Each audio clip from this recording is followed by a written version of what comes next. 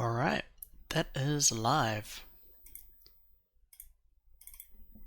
Welcome to the stream. Today, I want to get some planning done. So I have kind of done a little bit of giving it a go at kind of trying to make it look better as a whole, the map. It's not perfect. The water is still kind of shimmery, which I'm not liking a whole lot, especially when it's kind of zoomed out. But that's fine for now. I will find a way to fix that in the future. The grass is actually not looking too bad in terms of kind of color palette. I feel like it could be maybe a little bit brighter. And the dirt's looking okay-ish for now. This is my beautiful art style, so that's actually, how does the whole thing feel while I'm actually in the game?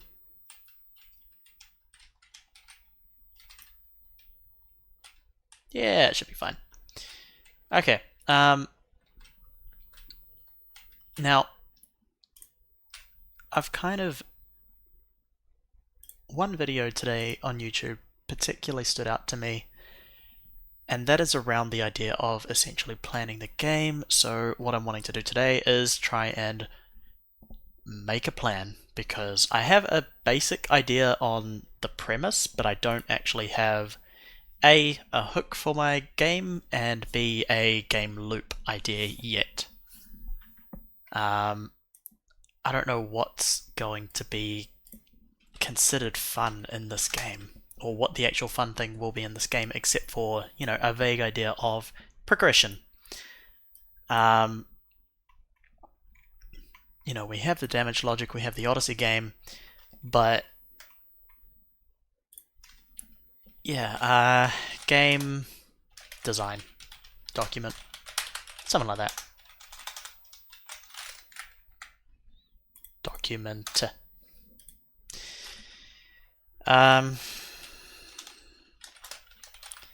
Game loop. No, game hook.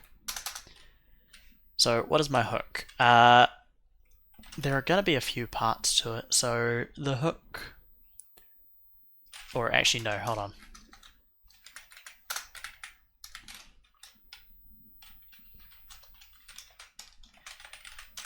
Premise. I am going to bring that part in, so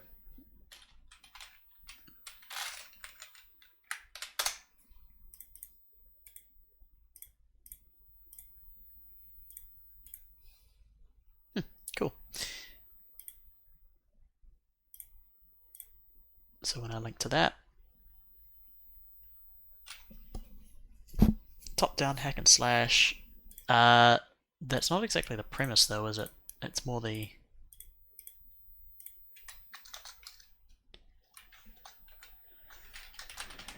game,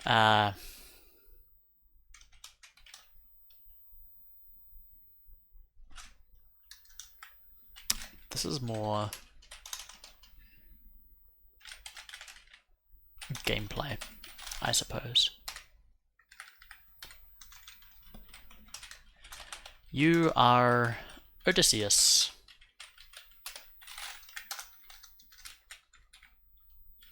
Trying to get home to Ithaca from Ithaca. Ithaca from Troy.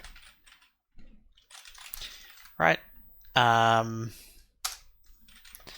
Along the way, you encounter dangers such as the island of Lotus Eaters, the Cyclopes,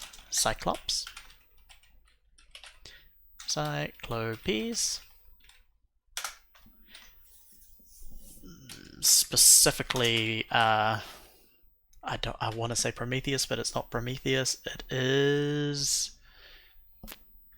what is his name? Polyphemus. Polyphemus? Polyphemus? Something like that. And Circe?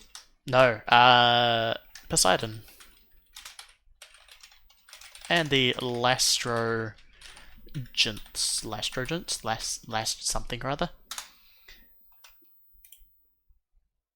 And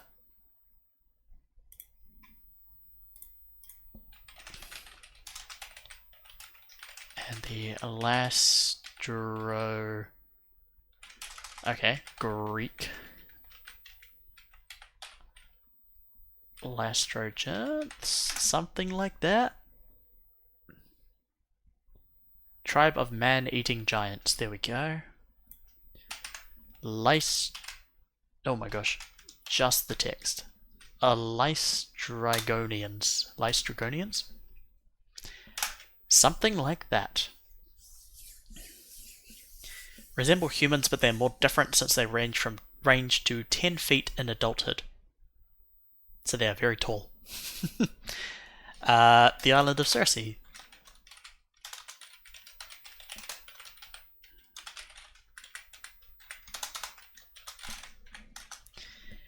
The underworld. The sirens. And then he does pop up on the island of Calypso. Although that kind of pops up later on. So these are the main ones that we've got so far. And this one isn't, the last one isn't really a danger, but I'm sure we could do something with that. Now, as for the game hook,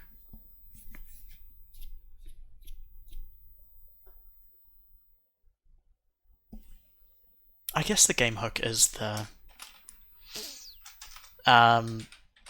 tactical or commanding your troops into battle while and becoming their champion, right? Because you are, the game loop is that you have control of your troops like Age of Empires or Total War. You're able to control your troops in the battle, and then as you want to while you don't need to command them, you can essentially be your own character. You can be the strongest character in your army. That seems to... Now, would that actually work in 2D? Because Bannerlord does it really well, or Mountain Blade does it really well. That's kind of their thing, but can you do it in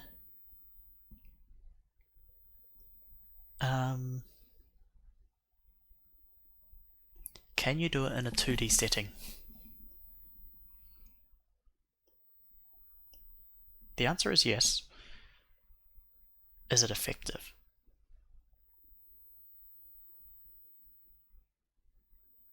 That is something that I'm going to find out.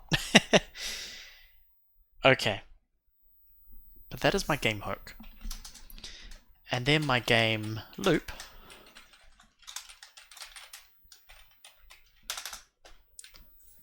I guess you kind of have, this is the game loop, isn't it?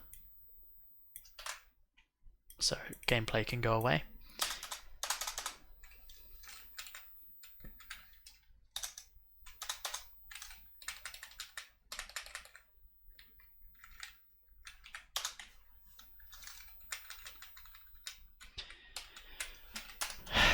Game loop. That's the Odyssey game.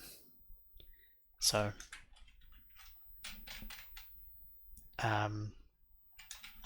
notes on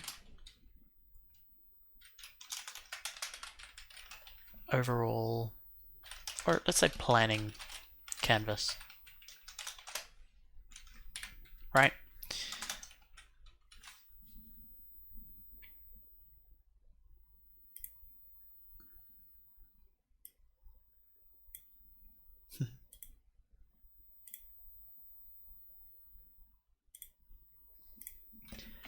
So that's my planning canvas, and if I go into that, it's essentially,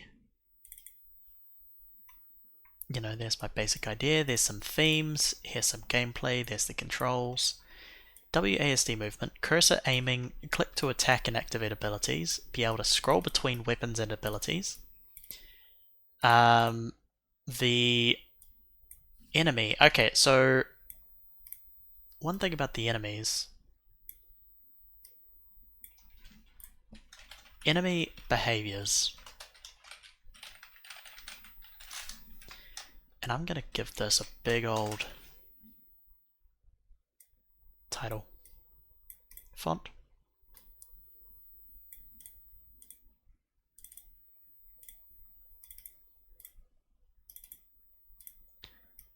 So there's going to be different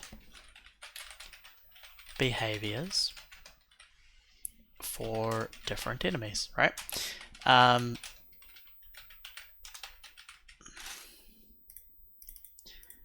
I prefer this spelling, okay? Deal with it.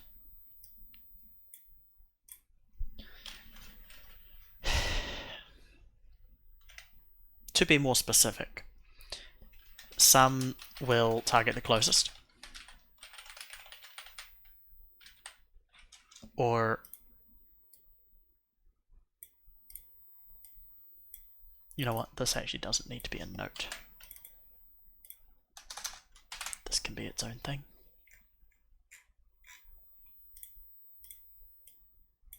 Cool.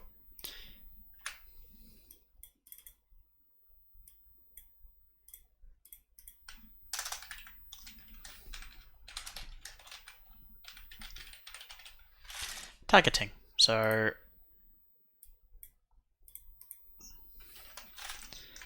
closest ally, some will target the lowest health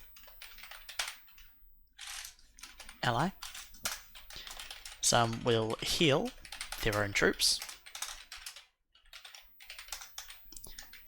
Some will target the highest damage output. Right? Or these are some possibilities. So I guess rather than saying some will, I can just say that.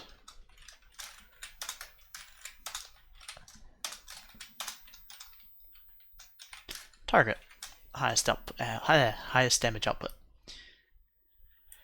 So a couple of different enemy behaviors based on, like, you know, who they're going to try and chase and attack.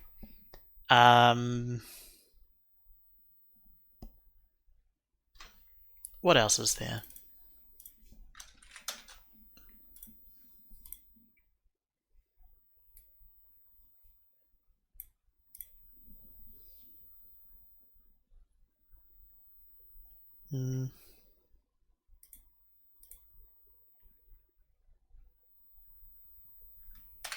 Can't think of anything else for enemy behaviors right now, so that can just stay as it is.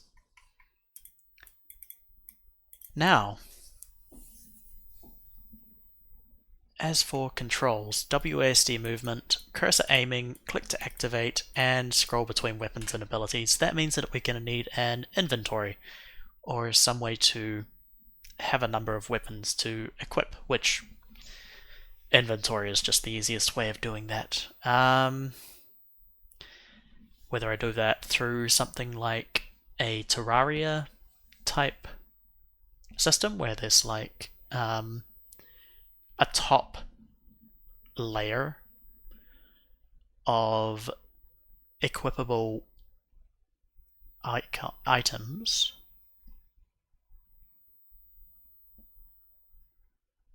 And then the rest is kind of part of that same inventory.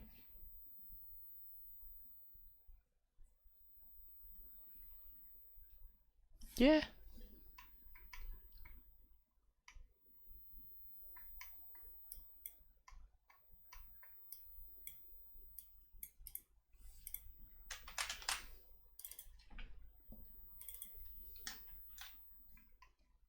Actually, this is probably part of the theme, isn't it? Kind of. So, oh hey, yeah, tactical control of your soldiers while being a champion among men. So that is definitely what I'm trying to kind of achieve here. Visual theme. Let's.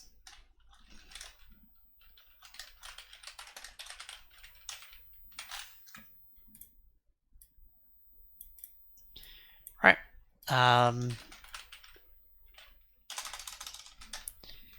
We're potentially looking at our inventory.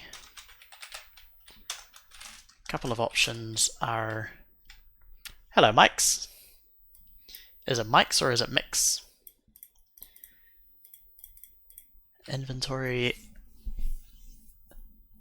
Potentially looking at Terraria-like. Mix. Nice.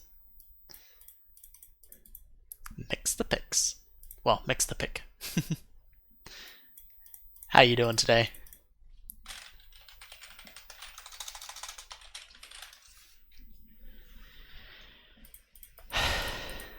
Doing okay? That's always good.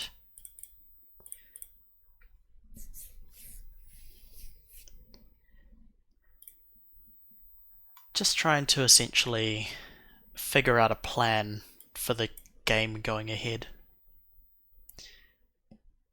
I have written something.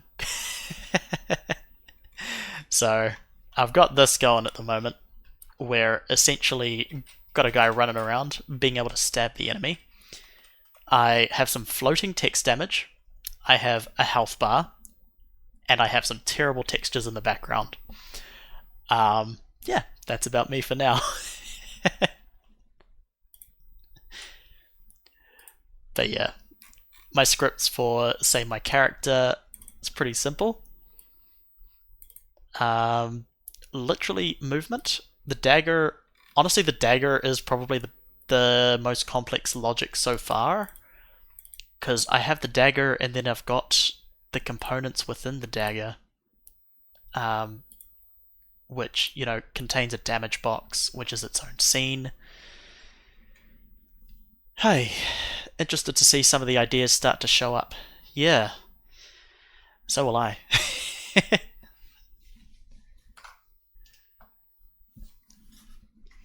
Are you familiar with Godot at all?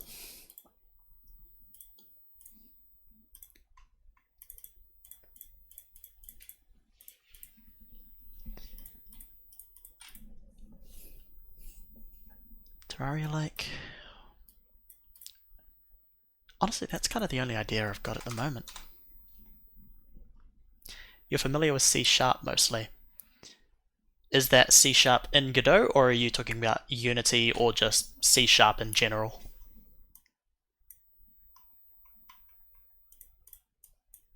Nope, that didn't work. In general, yeah, that's fair enough. Yeah, I haven't actually, I don't think I plan to try C# coding yet in Godot. I'll see how far I can get with GDScript, because mainly because it is just that you can do it in there. You've used it to mod Terraria. Oh, I approve of that. That is good usage. I thought Terraria was a Is that written in C#? I thought that was in C++.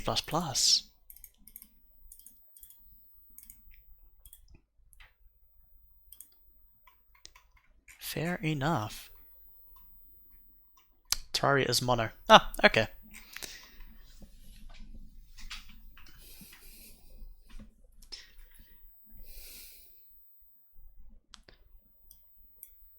Mono. I've seen mono in Unity.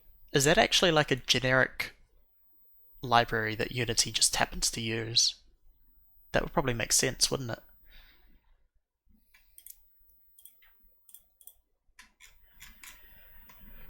Hey.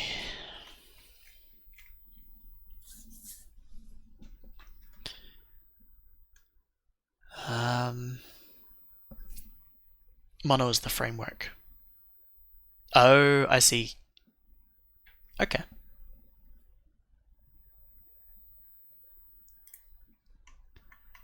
That makes more sense. Because Terraria is old, isn't it? Or like oldish for a game. But that developer's done really well.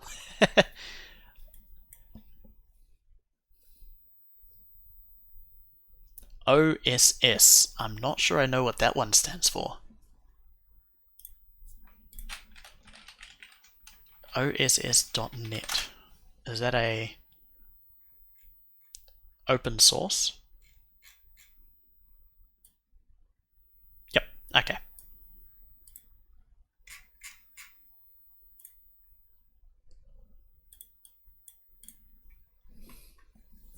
Cool.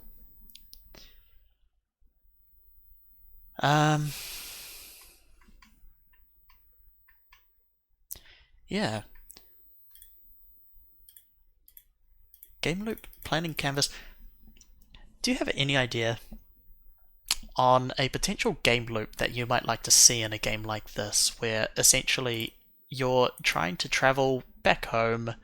It's a top-down RPG type game. You can control your troops like Age of Empires. Game loop. So essentially, the thing that your players are going to be doing over and over and over again that is becoming more fun. So, like for example, Minecraft, you go out, you mine resources, you battle monsters, you die, or aren't strong enough, so you come back to your base, create better weapons, create more stuff, go back out, get better resources. That's kind of your game loop for Minecraft. I'm trying to figure out something that is enjoyable for a game like this one. Yeah, nah, not like a programming definition. This one's more like just a conceptual thing that the player is going to enjoy in the game. Yeah, if you have any ideas, feel free to spitball them out. Because I'm actually not sure I know that, or I'm actually not sure if I have an idea yet. Yeah, building up resources is always like a big one, actually. Like one thing that I haven't got it here. I've got it in here. Throughout the story, Odysseus becomes stronger but more alone as he loses party members. So you're actually going to kind of start off with like a tactical kind of battle game, and then as you kind of progress through the storyline, you're actually going to lose party members. So you're actually going to get your party as a whole is going to get weaker and weaker. But your individual character becomes stronger and stronger. So you kind of start it turns from an RTS into kind of like a hack and slash. But I'm not entirely sure I want to keep that. Building up resources, selling resources for others, and management. Yeah, always. They're always good ones for RTSs, aren't they? As for whether this is even an RTS though, or whether it could become one, I definitely do like Age of Empires.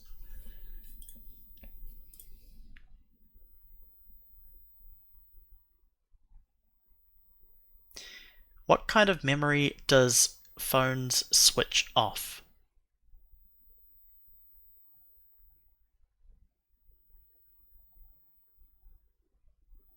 What kind of memory does phones switch off? Like when I rely on the phone, I don't bother remembering phone numbers.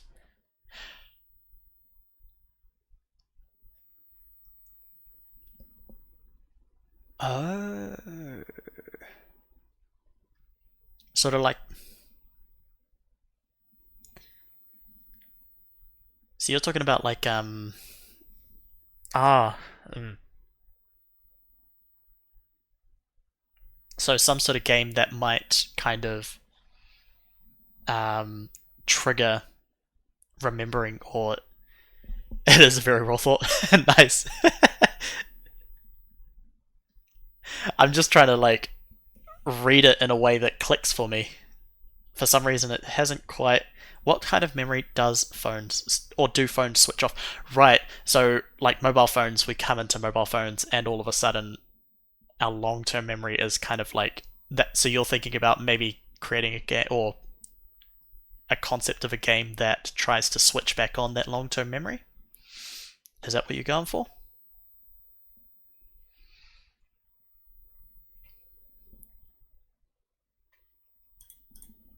Maybe. Yeah. So it doesn't quite sound right.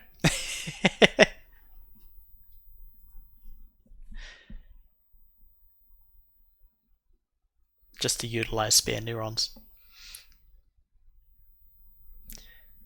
Oh my gosh. Good old brain building games. I actually kind of do want to do something like that as well. Um, Specifically, I remember as a kid I used to play Reader Rabbit quite a lot. That was quite a fun game. Just like those kind of kindergarten or like educational games.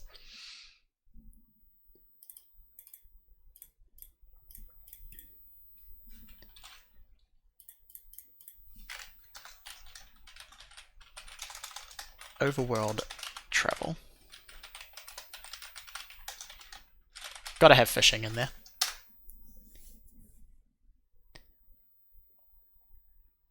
Um, Actually, just loot, to be honest. So yeah, loot and resources.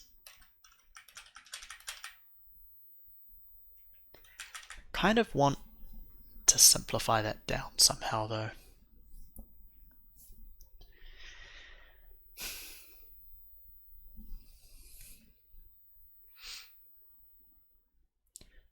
So like, sort of a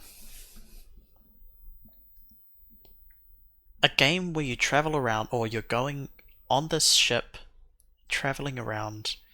You can visit various, so visit various islands within the Greek archipelago. Um, Honestly, learning the geography would be kind of cool. That's definitely something I quite enjoy on the like Rome Total War is actually quite fun, or I quite enjoy like learning the different places, and I've actually kind of tried to compare them with the modern world.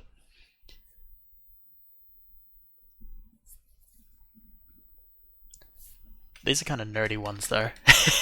Visit very well. Learning the geography. Um, hmm.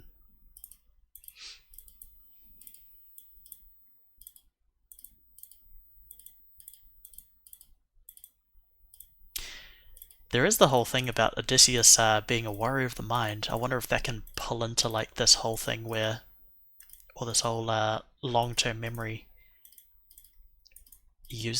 utilizing spare neurons. Trying to think now whether I can actually bring that in somehow.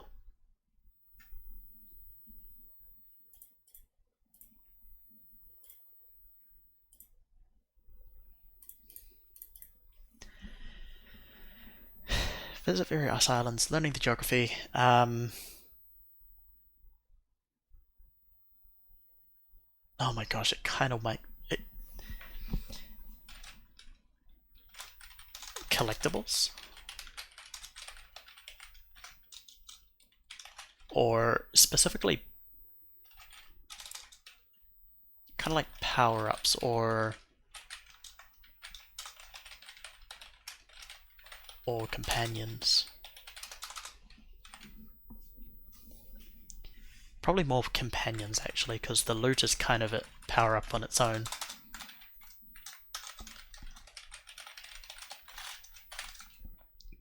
Although I kind of want to keep it relatively close to the storyline, but I don't know. I'll see how that one goes.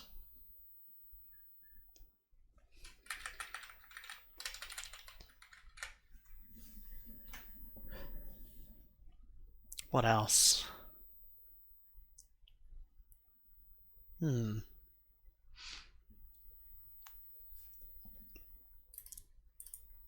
Can't think of too much else right now.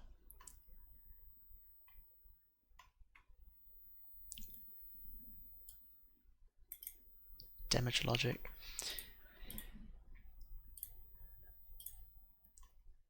Okay.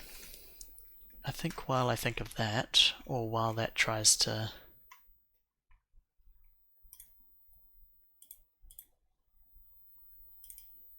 Yeah, while I process that, I guess I'm going to see if I can do some pathfinding. Because the enemy...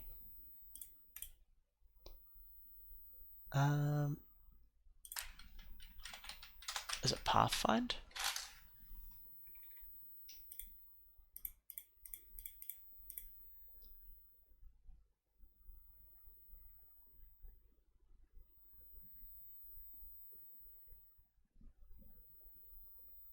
Point sampler for a path 2D, and then the path 2D has a curve 2D path. Is that what I want?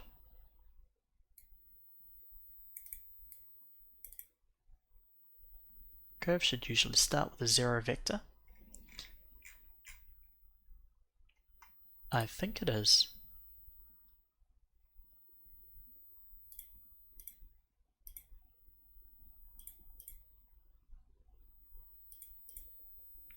Visible, on, cool. Oh, where is it?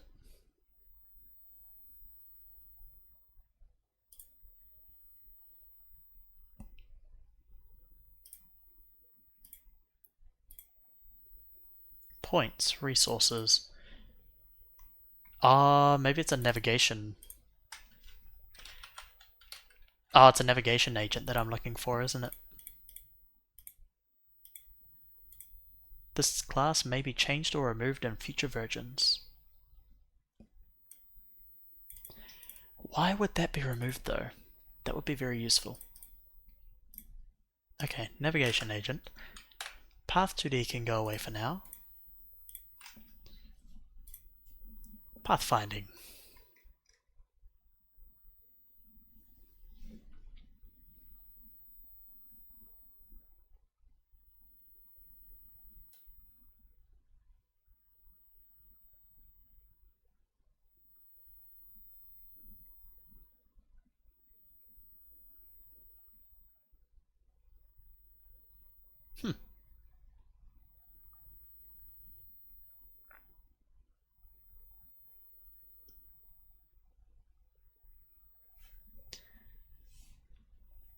So, path desired distance.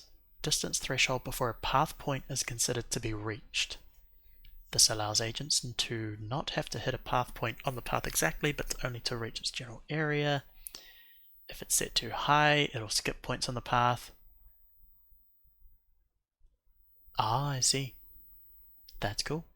Or that makes sense. So as it goes along, it generates points, and then how do I set the target path max distance?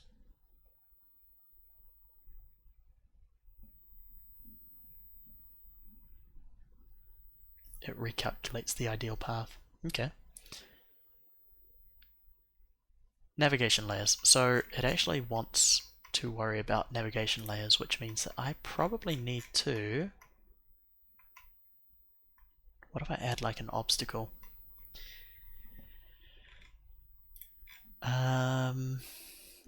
Environment, icons. Let's say I add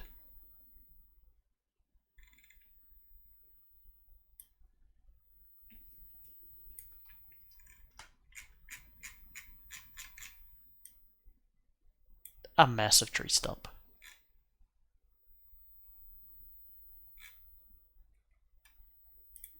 Sure.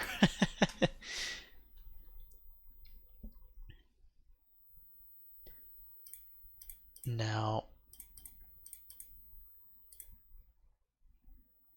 texture, material, light mask, invisibility layer. That's not what I'm looking for.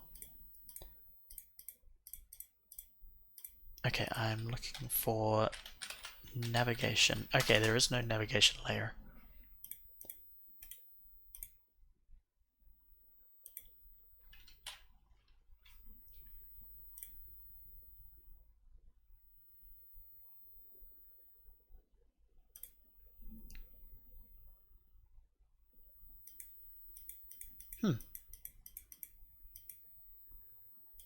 Sure.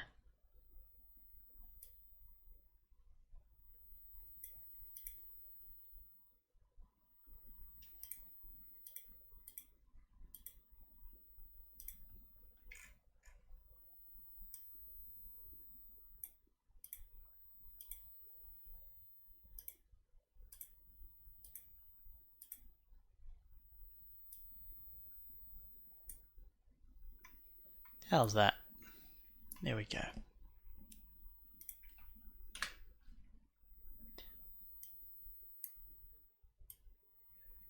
So, saying that this is our obstacle here, that the Cyclops has to navigate around.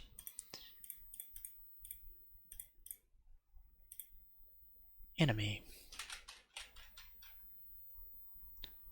So that would have a navigation layer,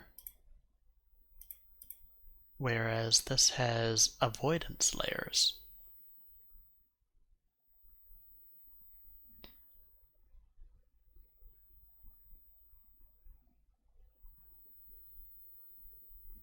Agents with a matching bit on their avoidance mask will avoid this obstacle. That doesn't quite sound like what I'm actually looking for.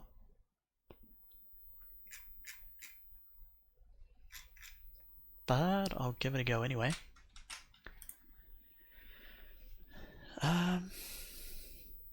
Oh, actually.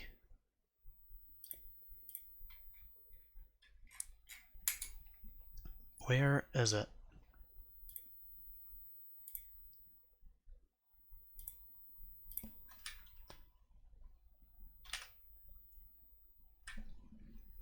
Character body 2D. What is this? Attach node script. Oh, gotcha. Event is action pressed, left click, mouse pause, physics process.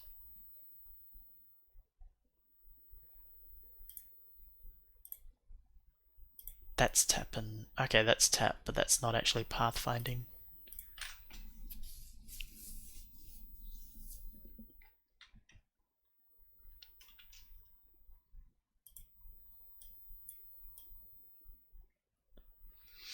Hey, Riled. Today, essentially trying for some pathfinding.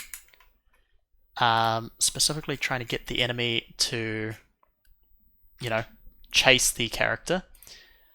And earlier I was doing a little bit of planning, so trying to actually create a game design. Because specifically, I don't actually know what my game loop is going to be yet. So I don't know what's going to draw the player in to like keep playing the game as it goes on. What's going to be the fun part of the game?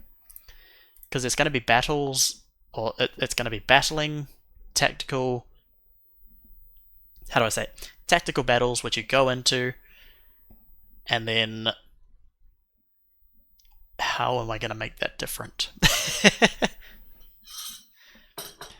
But yeah, that's kind of my goal today, is figuring out some sort of a game loop that people will enjoy and getting the enemy chasing my character.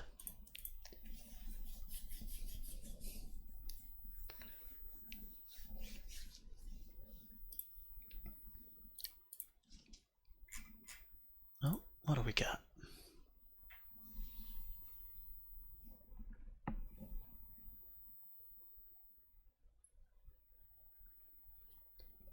Someone gifted me a tier 1 subscription to Pirate Software.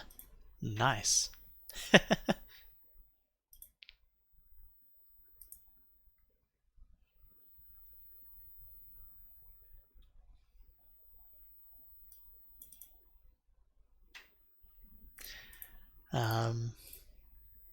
Now.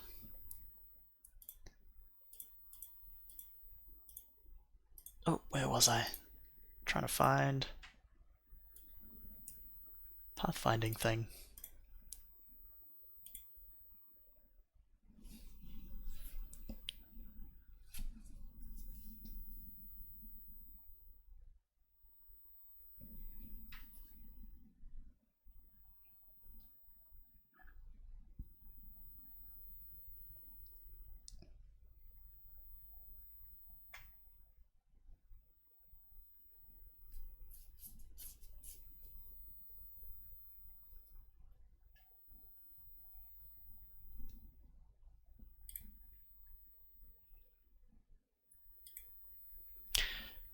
That is a good question. Hopefully mixing it up a bit.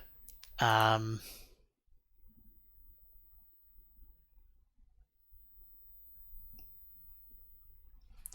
the enemy fleet in dock. Slay the monster.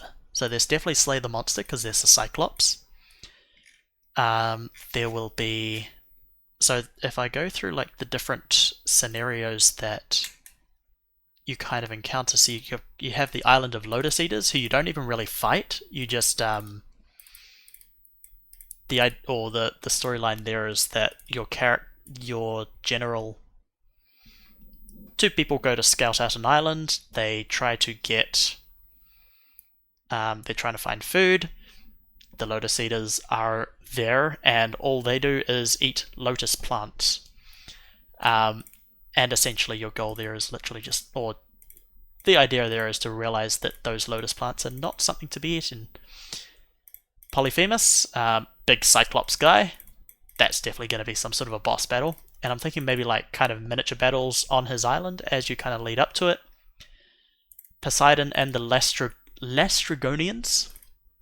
So these guys are big giants. You're on the ship, or you're on. This one is set on your ships, and I'm thinking something like, I don't know, something like waves are kind of like an indestructible enemy that you somehow have to avoid, and I don't know what the objective of that fight would be, because honestly the idea of this particular fight is that most of your crew is actually going to be killed. So you start off with 12 ships and you leave with 1. Island of Circe. Honestly, I'm not sure whether this is going to be like a tactical game or not, because a lot of this is kind of more story based as opposed to fighting based. So there is that.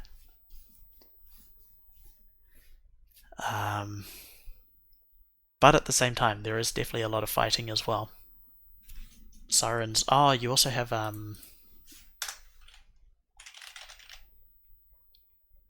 in there Scylla.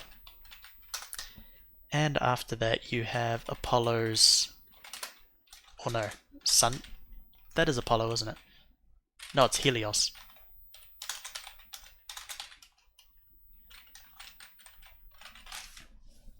Helios's cattle. So this is kind of like the generic storyline that goes along, that I want to somehow integrate. How that's going to happen is the question.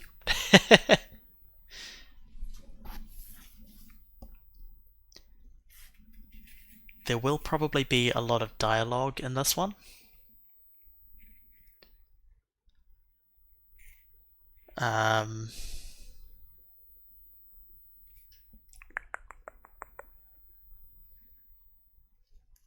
One of the stories involves sailing through the stone teeth.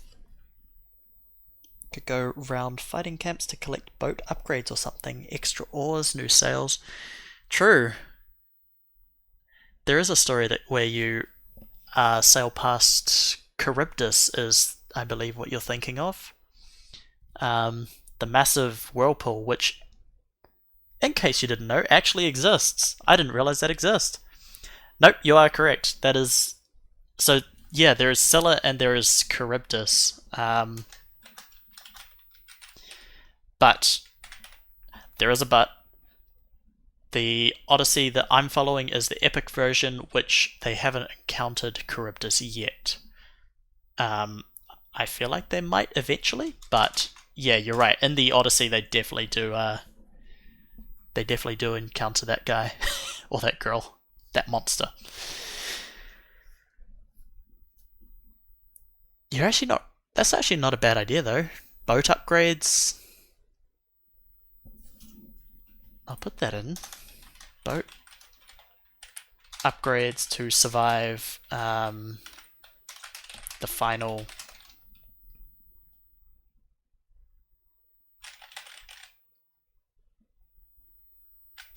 sailing point. I don't know. Final. What do you call it? It's gonna be like a ship battle in the end.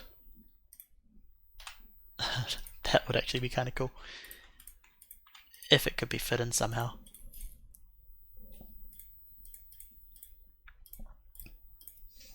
How do you know? How do you know the Odyssey? Did you read it or study it in school, or just happen to hear bits and pieces about it? Commanding your troops into battle, becoming the champion. I think you read it as a teenager. Nice. That's I'm reading the Iliad right now, and that's a heavy book. Although it is easier, I think, with Audible or with the audiobooks, because I can just chuck it on in the car and just drive to wherever I'm going and just listen that way. As opposed to something like Game of Thrones, which I tried to read and I got lost halfway through that book. Like, I could not keep track of all of the characters. So I've tried to read Game of Thrones like 3 times now, and each time I think I've kind of stopped at the same point.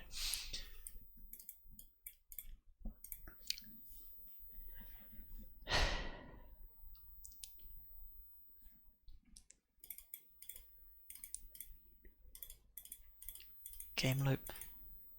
And I guess, actually, this is kind of cool, because pirates could always be a thing.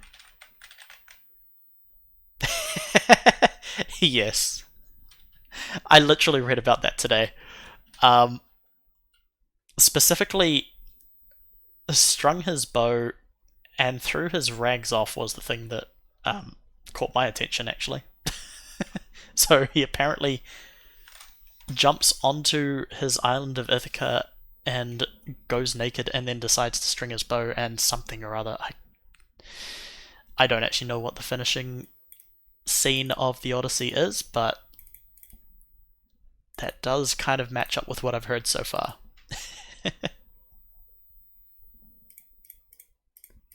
Because I think the Odyssey, once he kind of gets back to his home, it actually that's only kind of like the halfway point, isn't it, for the full journey?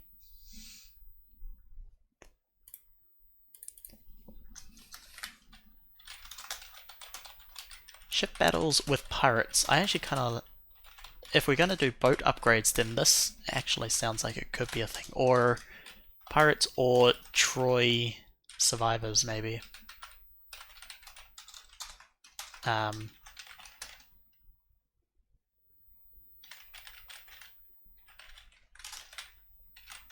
Troy ships. Troy Navy. Something like that.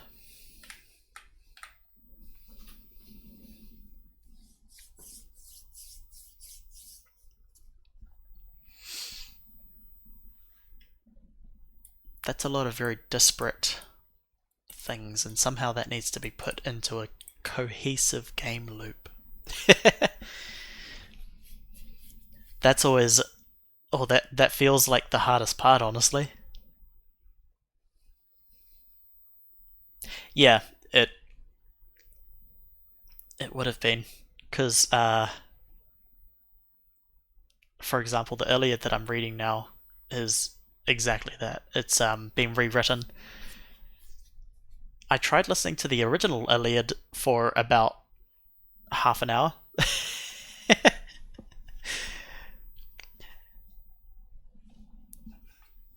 If you remember reading, what is it? If you remember reading a lot of poetry, then that could be the original translation. So it would be, you know, it would be rhyming throughout the entire book. That could be the original translation. If it is not poetry, then you're probably reading a rewritten version. Yeah, so probably rewritten. Honestly, I have no idea how people managed to. Well, not that I have no idea. It's just that the language back then was so different that reading that now is a very different experience from what I imagine it would have been back then. It's very old language.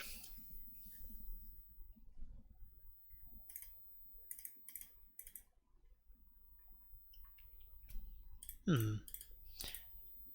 Alright, I'll put that aside for now, because I can't think of anything else. And I'll keep trying to go for a little bit of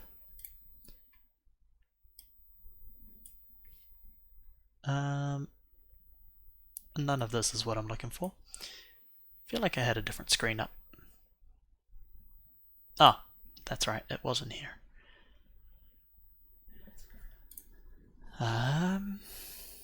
That's how to use a new tile map. Pathfinding, there we go.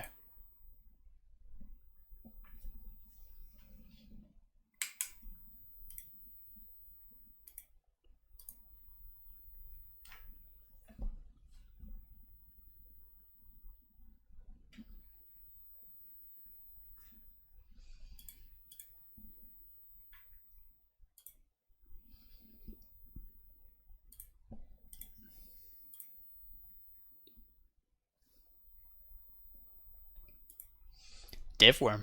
Ooh, who's this? I've quite liked I've just sent some to Thomas Brush. I actually quite like his videos.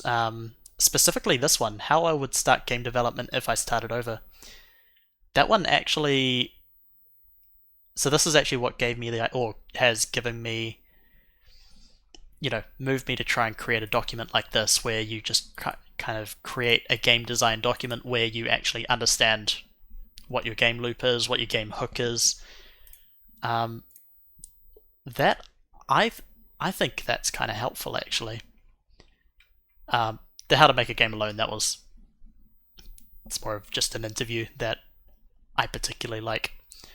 There was one section that I kind of related to very well. It was the section talking about like uh they were talking about their schedule. So how they would work an 8 to 5 job, and then the guy would go home and like work from 6 to 1 on his uh, on his game dev. And the way that kind of related to me was I listened to it and I was kind of like, damn, that actually sounds very relatable, because like I didn't necessarily go through that same thing. I'm not necessarily doing like 5 to 1 every day game dev, but I was working a delivery job, which is very enjoyable. I quite enjoyed it, but I never I didn't see a way moving forward, and so that was when I'm kind of like, all right, I'm just going to go straight back to uni and start studying programming as an actual job, and that actually kind of worked out. So, but yeah, so I saw that video, I was just like, damn, I can definitely understand that. Oh wait, Devworm. I'm literally okay. This guy is literally Devworm. Okay, that makes sense.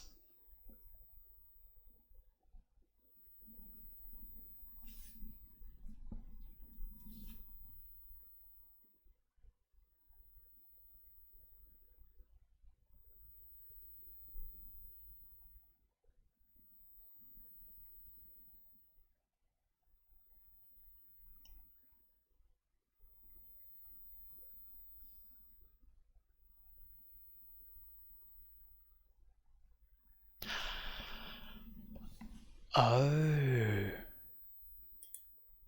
that makes so much sense. Scripting and noodling around in Linux for work. When you start making automated tools, it is actually quite satisfying.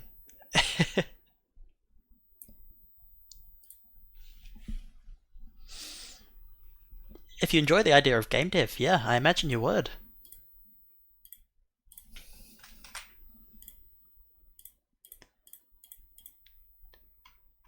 And honestly, it is definitely something you can teach yourself as well. I almost regret going back to university because now I just feel like I need to finish it, but I'm not actually learning stuff there.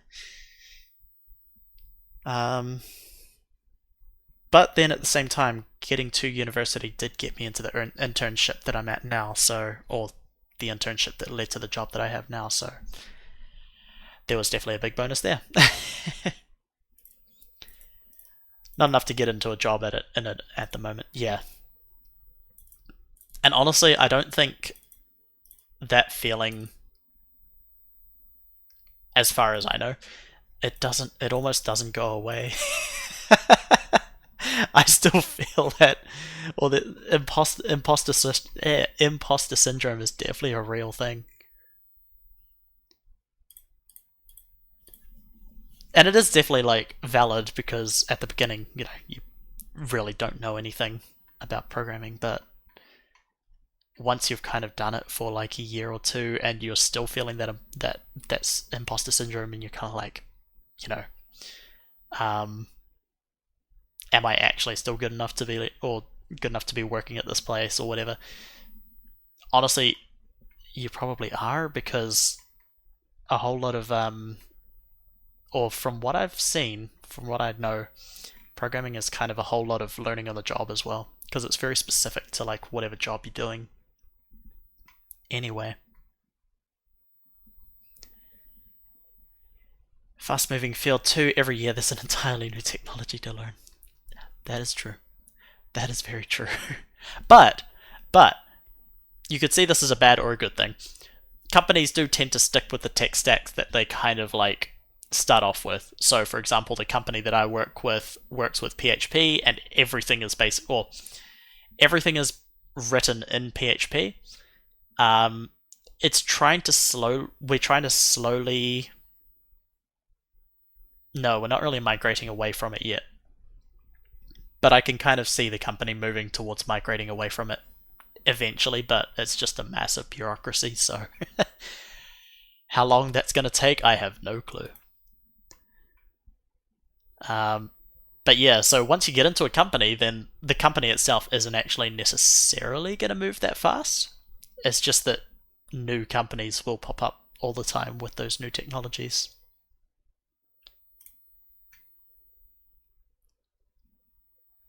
Um, there. That's what I was on.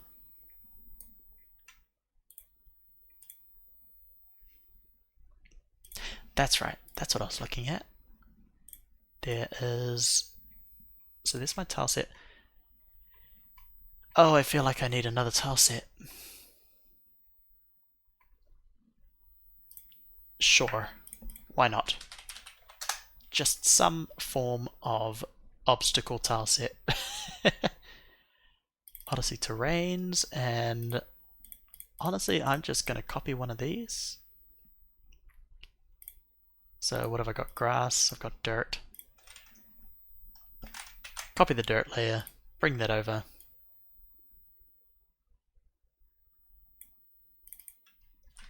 And obstacles, I guess.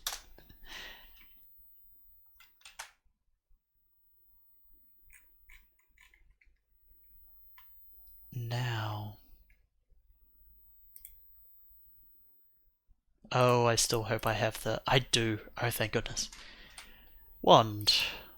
Oh, no. I want that. I want that, and that.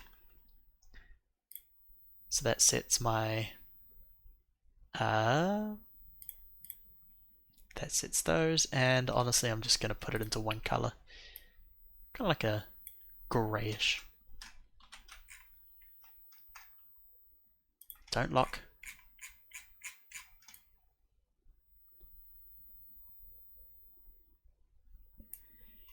Easy. Save. I am not going to focus on that for very long. Export as Odyssey obstacle.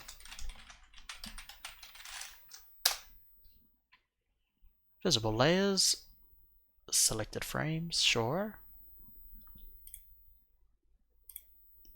That's fine.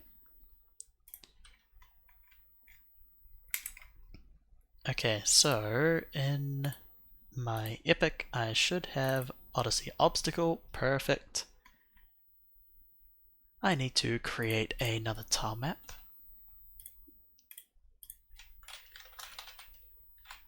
Tile map layer, create. Obstacles, it will require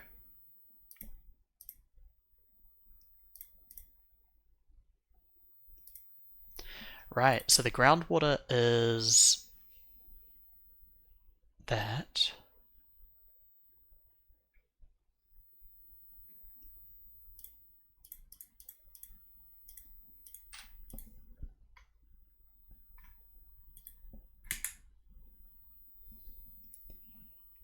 And then the obstacles, where's my tile set? Tile set, there we are, new tile set. This will have a physics layer. Now, what is my enemy? Collision. Layer 1, mask 1. And my character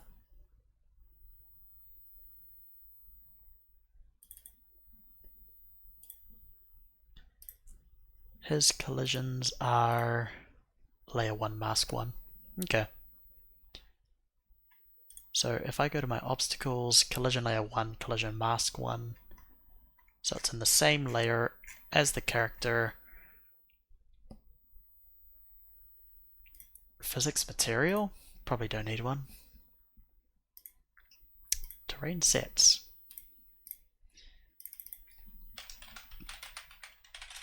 Obstacle terrain, that can be red. And now need to actually set it, pull that into there. No I don't, that is set with the wrong tile size, so that's 64 by 64. Yes, I would like to.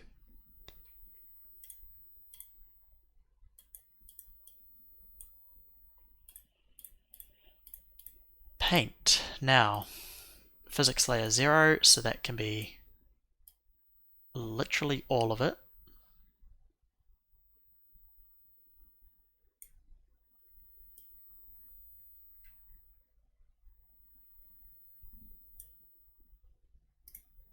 Oh, interesting.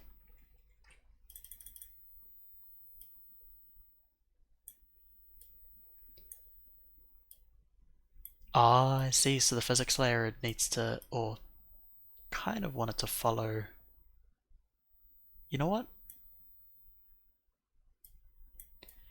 It should be fine just making it the entire box. Linear velocity and angular velocity. I don't actually know what those mean currently. That's okay. I will just cover all of them as a physics layer.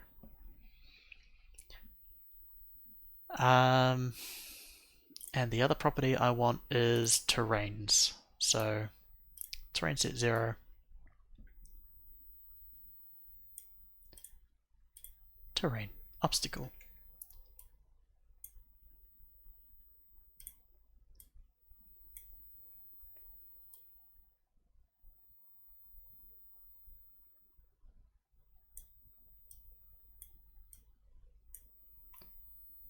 Yeah.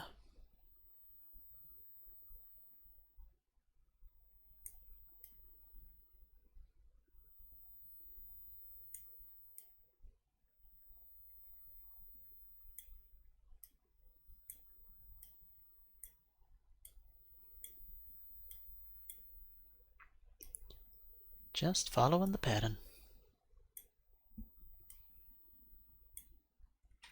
That goes there. Is this correct? Yeah, that's correct. I think that's just straight up covered.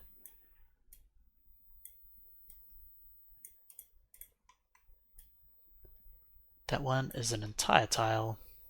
That one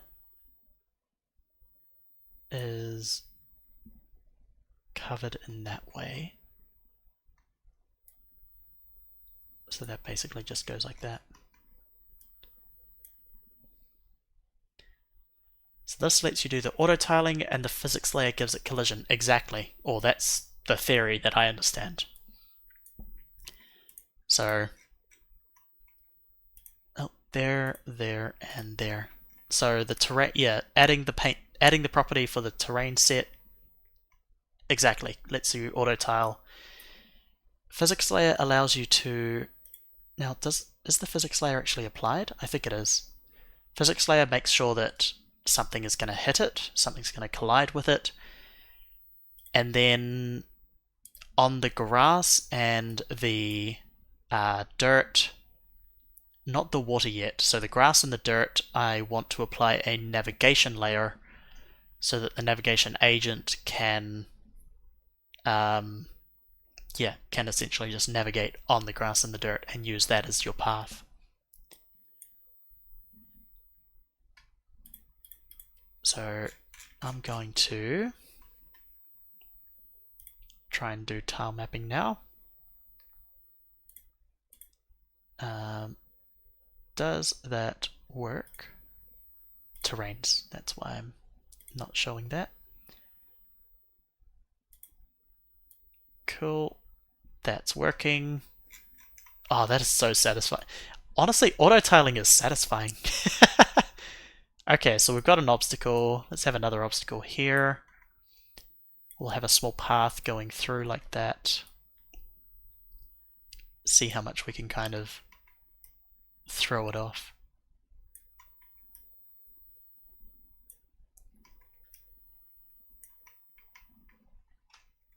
The colors are kind of bland, but that's okay.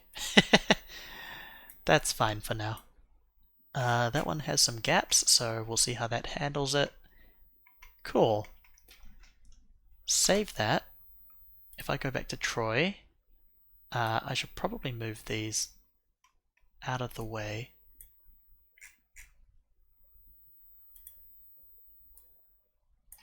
Oh, what the? Floating damaged text spawner. Oh, right. I forgot I had that. Odysseus can move, the dagger can move. Actually, what happens if they all do spawn in there? This can probably go. I don't actually need the stump. F5. I cannot move. Okay, so it's just made me stuck. Nice.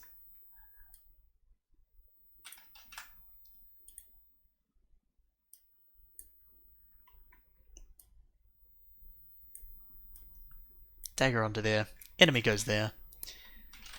F5. So I should be able to run into these. I can. Perfect. So I can't run into that obstacle now. My physics layers are messed up, so I'm like running into empty space there, but that's fine. This is just a proof of concept. And then in there it's kind of like a corner. Okay, cool. Physics layer is kind of set up. Do I?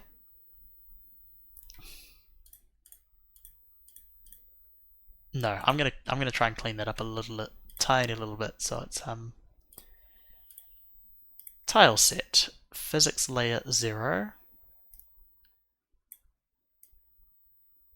So that applies to there and there, and kinda there. That one's more like a little bit closer. This one needs to be angled. Can I delete that? Oh, I can delete that. Wait, does that mean I can drag out more points? It does. Okay, that's cool. So right click deletes a node, left click adds a node.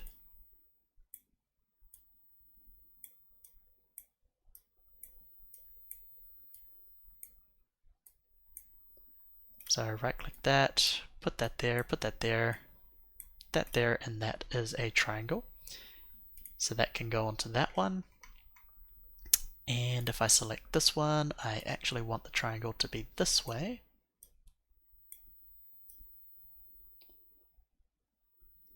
And I might as well drag out an extra spot there. Why not? I'm not too worried about performance just yet. Square. More triangles.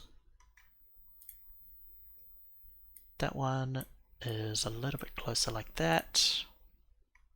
That will be the same for that one and that one. Oh my gosh, what have I done? There. A little bit of a gap. There.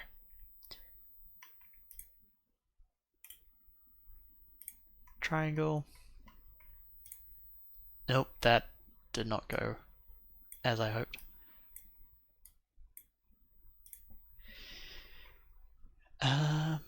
Apply that to those two, apply that to that, apply it to that one, and that one, kind of. This one's more like that. This one is the same, but the opposite side.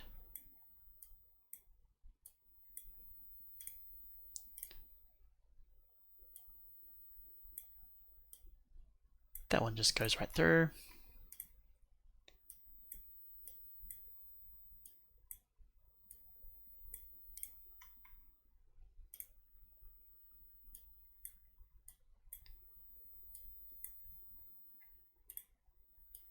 What have I done there?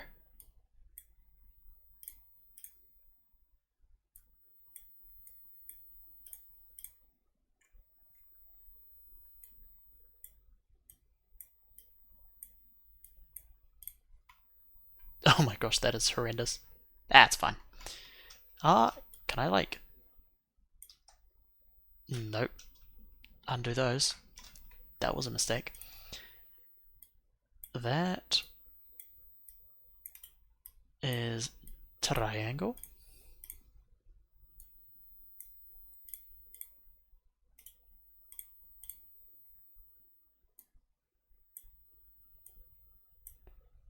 There.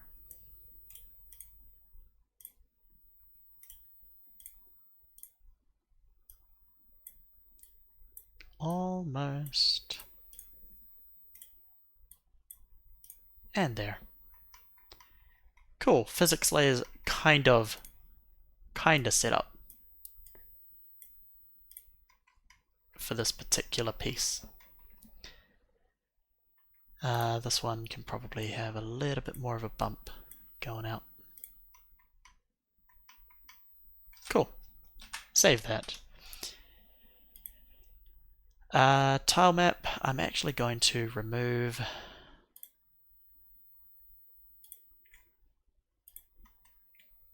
those ones there so that I can probably put Odysseus and the enemy back. Save that, go to Troy. Odysseus, your position could be back to 0, 0.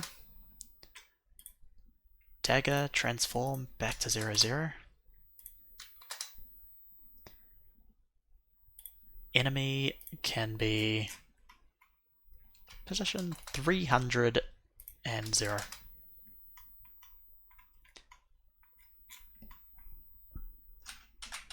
Save that. Give it a run. Okay, that's nicer. Now I can actually see where the collision shapes are. Cool. Now, enemy, you need a thing.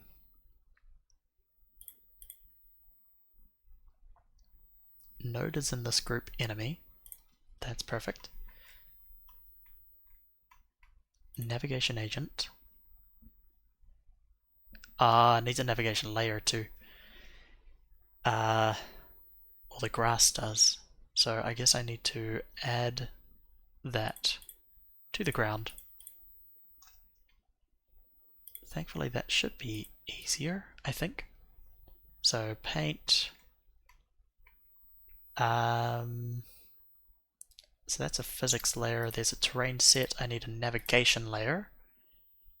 And the layer is 1, because I don't have any other layers out anyway. So that should be fine. Property is navigation layer 0. Applies to all of them. That can just remain a square. That's fine. Save that, and I'll do the same for dirt. So navigation layer 1, property, navigation layer 0. There. Okay, so the grass and the dirt now have navigation layers applied. The obstacle tile map has a physics layer applied. Now to try and get the enemy actually moving.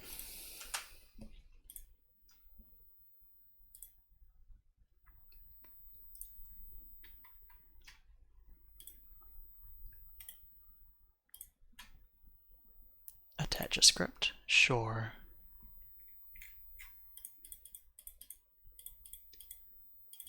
You do not have a jump velocity. Actually, what is your motion mode? Okay, you are floating. That's fine.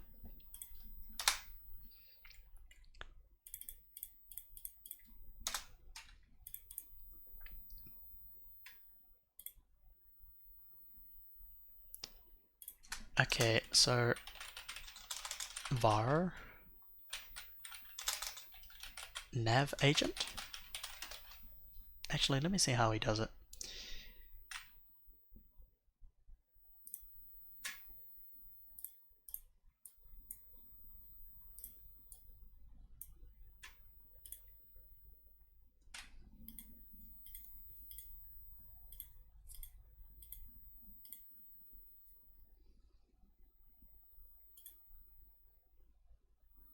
He's got different collision layers. That's interesting. Is that because of the way he set up his tiles? So his navigation layer is 1, collision masking layer is 1.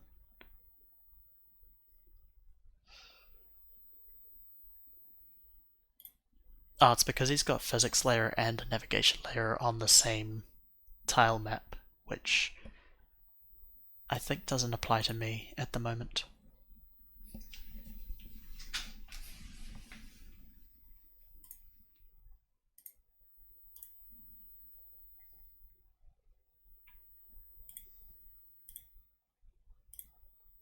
Okay, yeah, he is getting the navigation. Oh, that's cool. You can assign...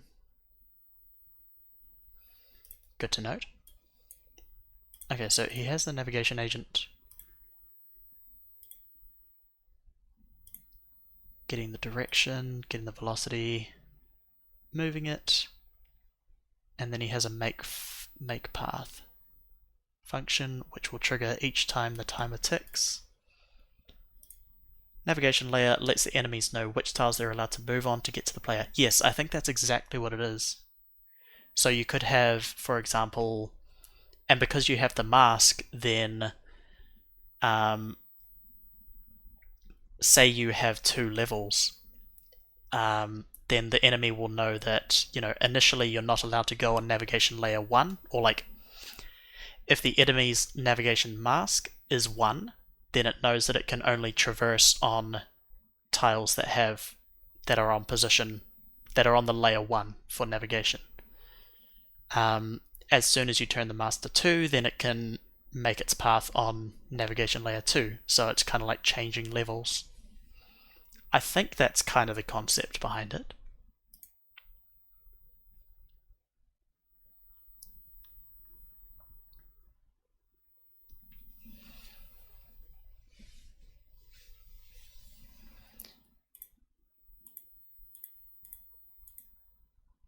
So each tick of the, where is it?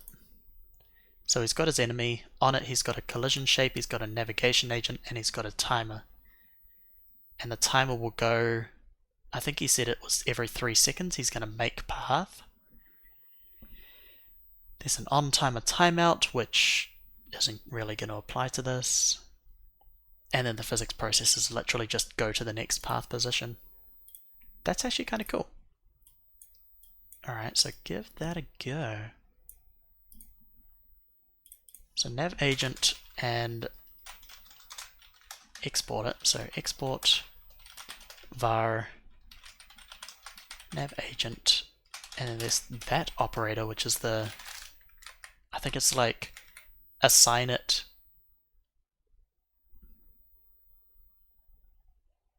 and set the type.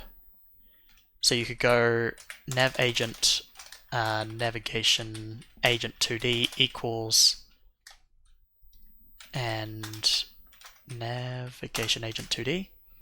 So you could do that, or you can go, why is that actually, identify a jump velocity not declared, that's fine. In fact, all of this can go. Yep, all of that can go for now. Default value is using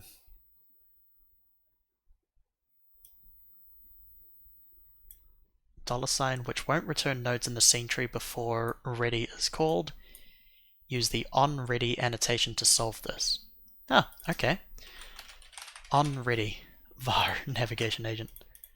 So when we hit ready, I guess you could like say there's a var nav agent, and then in the ready function you can set it to this navigation agent 2D, or this is kind of like the shorthand version of doing it, I think. And then going even more shorthand is getting rid of the type there and assigning the type to whatever navigation agent 2D is. So if I hover over nav agent, no, it doesn't have hover. If I go nav agent dot avoidance layers, debug enabled, distance to target, so it's got all the functions of a navigation agent, which is nice. Whereas if I don't have the assign to type, it's probably going to give me a warning, I think. No. Nav agent dot. No, that gives me the same stuff. Okay, what is that operator?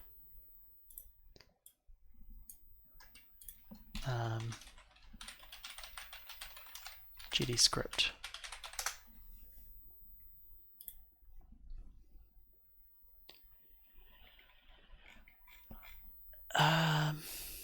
Boolean operators, bitwise, where's assignment operators?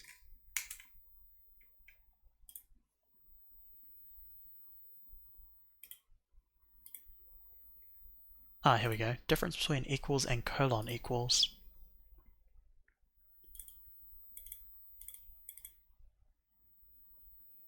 Got it. Colon equals may be used in the line declaring a variable to set its type.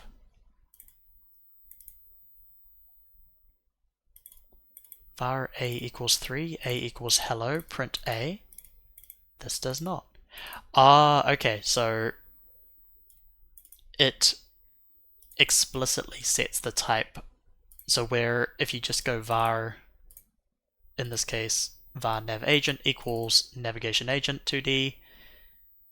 The type is actually still kind of loose, but if you use the colon equals, then the type is set to whatever it's being assigned at first. So if I want to reassign it to something, it has to be another navigation agent 2D. That makes more sense. Var direction. Now I wanted to get the nav agent dot path to, or get next path position, and I want to get the direction to.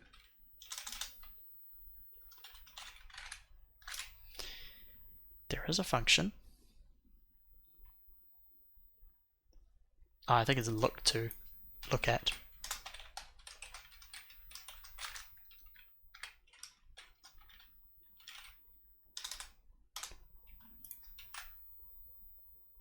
Cannot get recur because it returns void.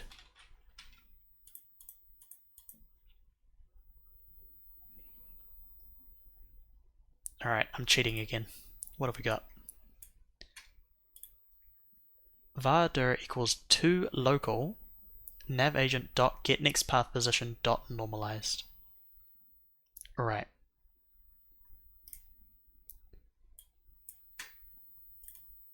So nav agent get next path position dot normalized, and then all of that is to local. Now what is that actually doing?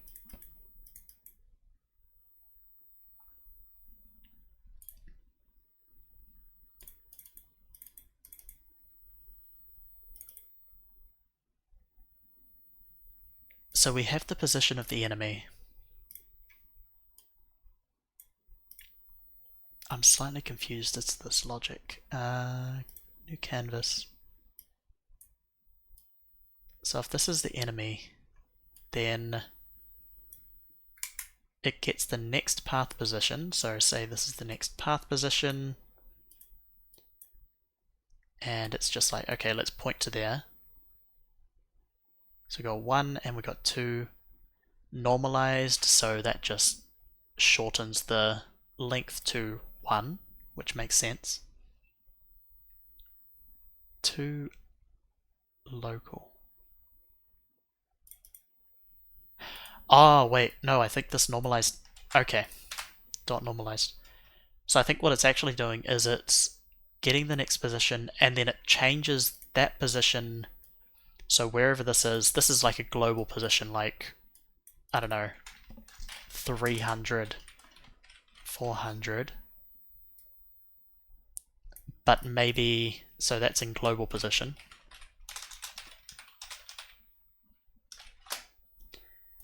And then I think relative to the enemy though, say it's only, so we've got local and it's maybe like only 10 or maybe like 30 across and negative 10 high.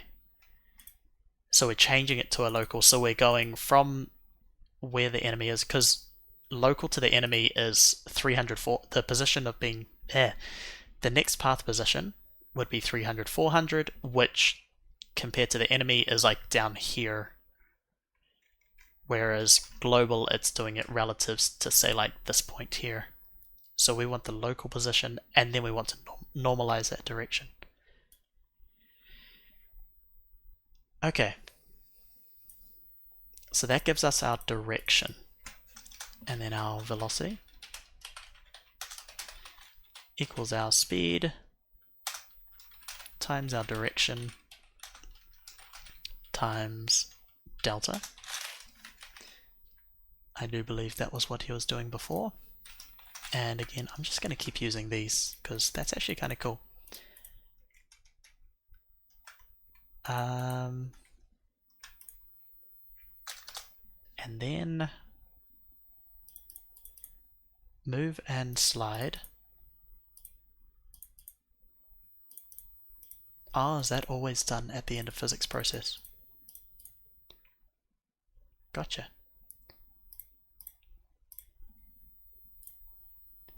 What's the next part he did?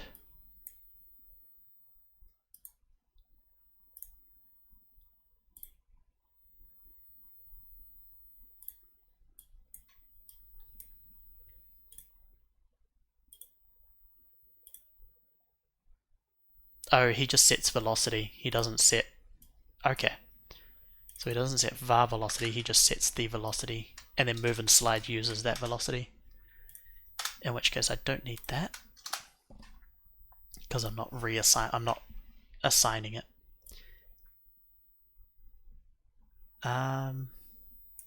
Okay. And then he's got one extra function, so func make path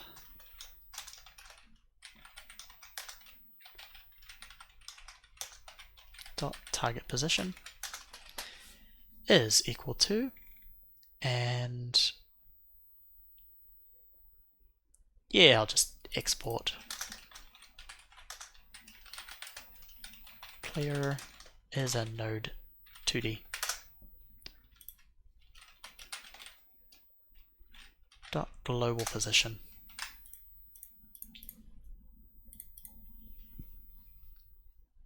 So that means that I also need on the enemy a timer, and it is not a one shot. The wait time can be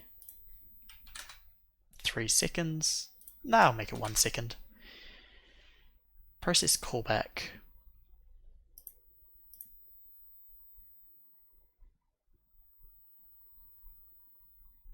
That should be fine. Auto start. Yes, I do want to auto start.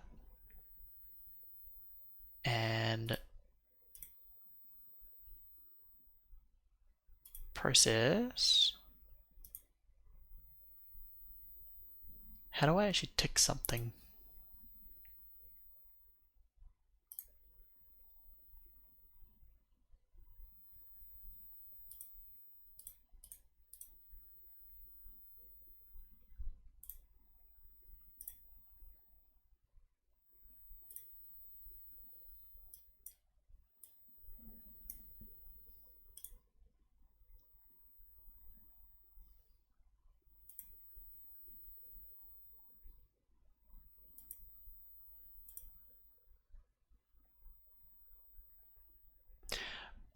Oh, it's a signal.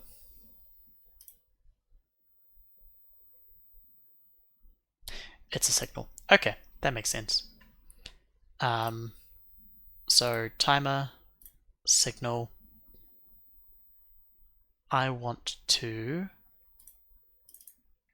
connect the timeout to the enemy script on timer timeout, and in this case it's going to be make path. Okay, that makes sense. So now the timer is sending out a signal every every second. I'll make it 0.5 seconds. Why not? And yeah, I think that might actually be all of it. Okay, so if I go to Troy, I select my enemy. I need to assign Odysseus as the target. Nope, cancel that. Save that. Run. Oh my gosh, the speed is so slow. But he's doing it. What do I want? I need that speed to be a little bit higher.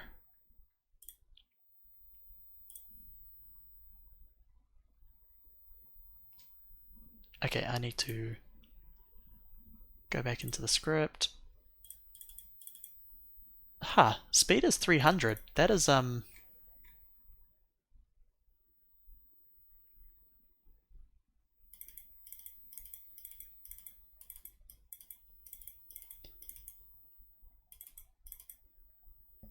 it's the velocity, which is the per second. Right, so speed... Is speed just that slow? Because what have I got on my player? I've got speed is 100, but that means that he travels 100 per second. It's because I'm multiplying it by delta. I don't want to be doing that, do I? Pixels per second. Yeah, you're right. Whereas if I look at, yeah, if I look at his velocity, he's just got direction times speed because the velocity already takes into account time. So I need to not. And also 300 is way too fast. So at export var speed is, I'll set it at 50. Can I do that? Yes, I can.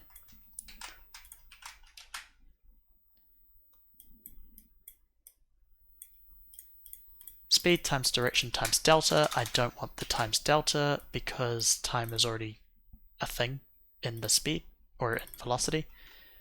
So if I do that, there we go. Is he going to push me? No, he's fine. Now, does he go around? No, he does not. Okay, so something's going wrong there. I also want to be able to visualize that navigation. Debug enabled.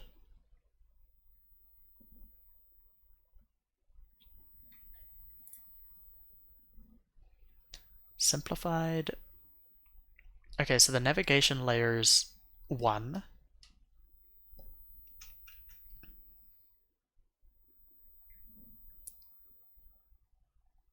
Alright, let me just try that. Okay, cool. So that is working. But now it's trying to go through the...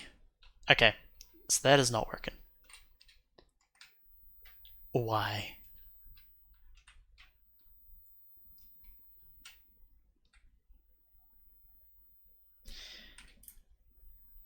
What have I done wrong? So it would be in the setup of my tile map somewhere.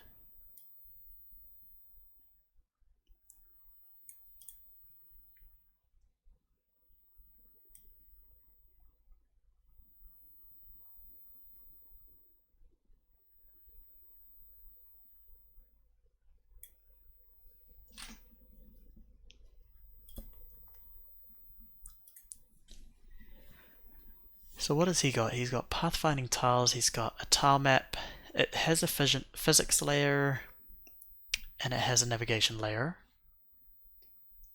Everything is set to 1.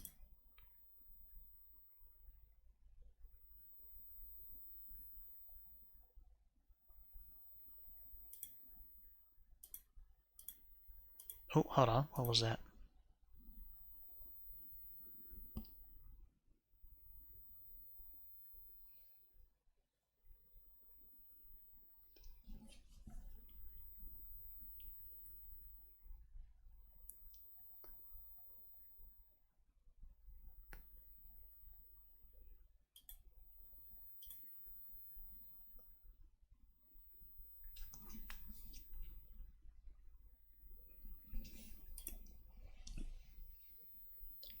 Okay, so he's placed the collision layers in different places.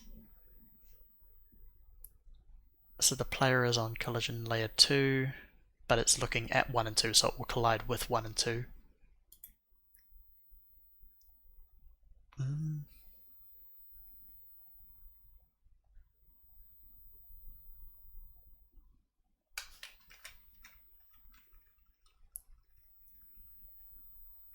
That's all fine.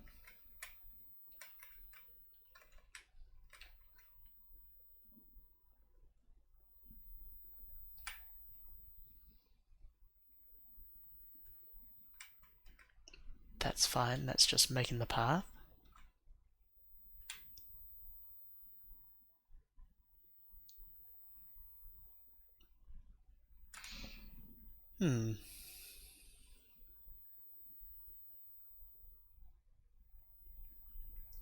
It's the tiles. Is the tile map set up?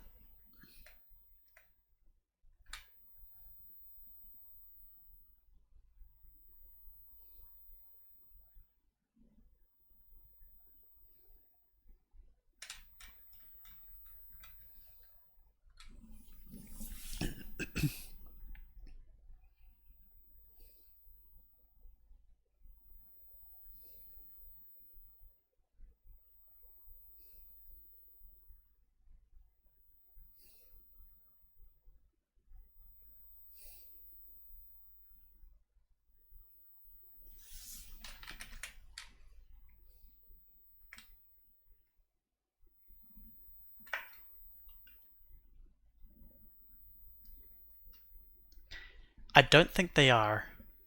I think the navigation layers and the collision layers are completely separate. So,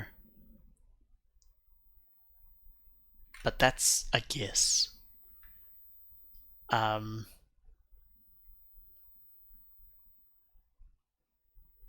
I don't know why that is. They need to be able to see each other though, right? I think I see where you're going with this, like, because the enemy needs to know that this is something that you can't navigate on, right? Oh, wait. Oh, I think I know the problem. I am using. So my tile map is set differently. How does the navigation layer know how to go around the obstacles? I think the way that it knows to go around the obstacles is because um, these tiles here. So in his example, these tiles here, he's got one layer of tiles, right? Um, so these black tiles don't have any navigation layers on them, so the pathfinding will go around them.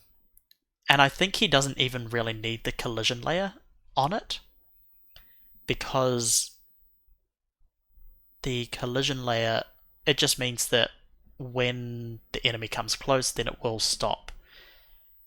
But if it has a collision layer on it, then maybe the enemy might like slightly overlap the obstacle.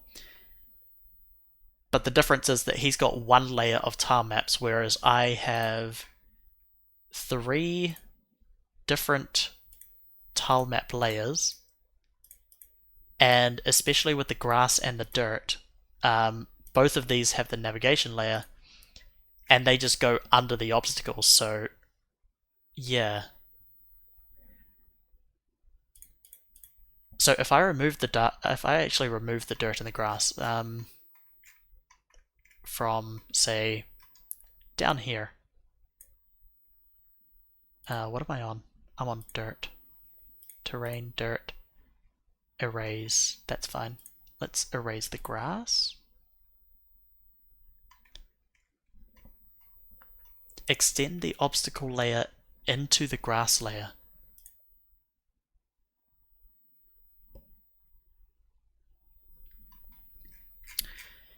Not with the way that I've set up my tile maps, I think. Because if I put them on the same tile map layer, then what's going to happen is the obstacle, set them both to example collision layer 1.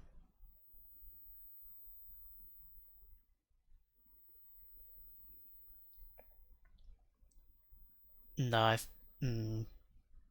that's just trying to make the obstacle collide with the grass from the sounds of it. I don't think that's going to do anything. But as the grass doesn't have collision, it's fine. Oh, wait, so you're not talking about set the collision of the obstacle and the grass to collision layer 1?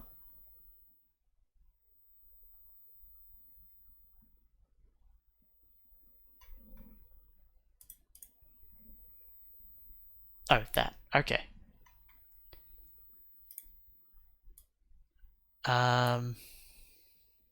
Maybe. What have I done? Why is this creating... Oh no, that's just the blank space. Okay. No, I haven't painted collision onto the grass. Because we don't want anything to collide with the grass, right? Yeah, I understand that, and I appreciate it definitely. I don't think that's quite what's happening here, though. I think at the moment. Okay, so if I do this, so I've erased some of the grass, so I've got this spot. No, never mind. It's just not caring about it whatsoever. Oh wait, no, it does.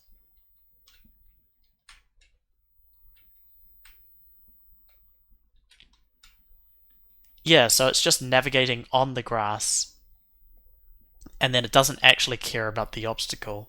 It's just like, yeah, that's a thing. um, so that's a problem. So what if I was just in here? Okay, so because I'm inside, then it's kind of like, well, the shortest path to you is literally through. That's interesting. I thought it wouldn't be able to navigate through the actual um,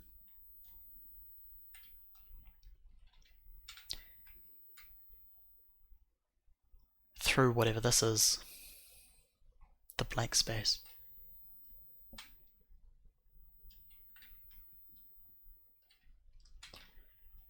So does this mean that the way that I've set up my tile maps just isn't gonna work? Because that sounds like a lot more work then. So the way that I was trying to set up my tile maps is that each, it's set into different layers. So you've got your ground layer, you have your dirt layer, you have your water, you have your obstacles. And each tile map layer is kind of independent of the others. But yeah, the problem with that is that I would then have a navigation layer being all under. Oh, can I give the hold on? Can I give the obstacles some sort of negative navigation layer?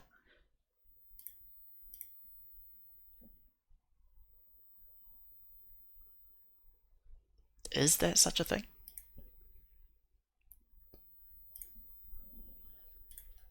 Godot negative navigation layer.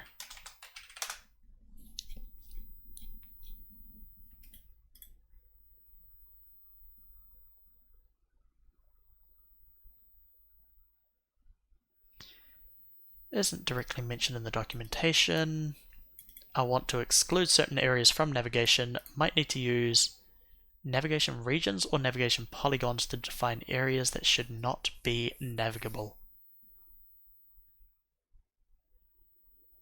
You can set up different layers and control which ones are active during pathfinding.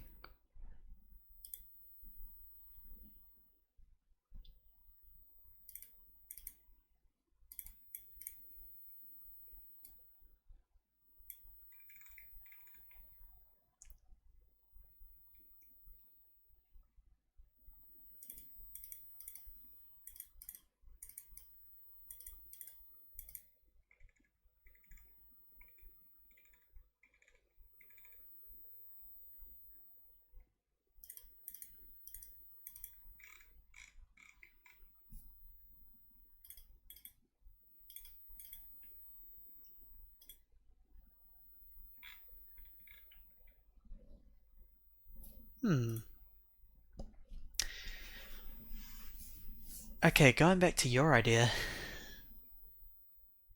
Painting collision onto the grass. That would be a potential problem though, because then we've got collisions. Because then the player would be colliding with the grass constantly, I think. Because we've got our physics layer. Okay, how do I make this work? How do this work?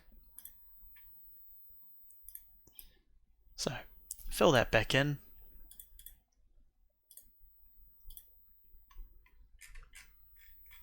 We have overall one big canvas.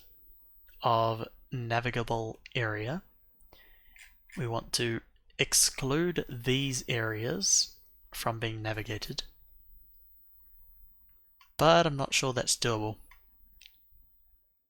Hold on, ChatGPT.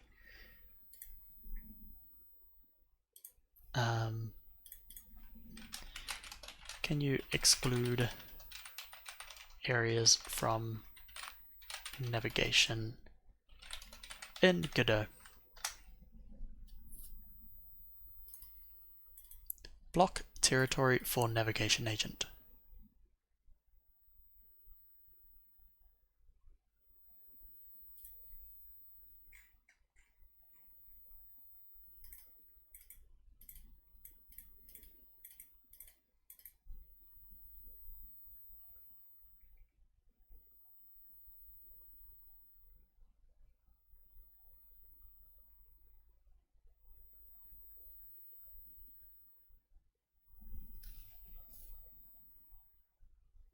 And the obstacle terrain is on the same navigation and collision layer as the grass.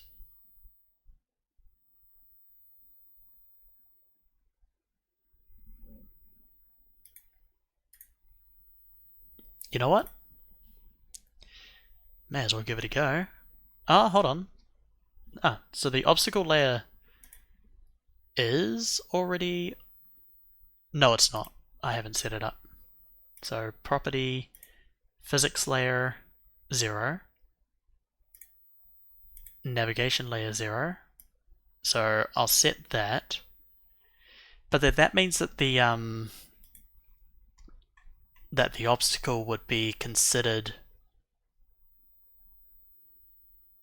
allowed to be navigated on, right? I think. And if I go grass,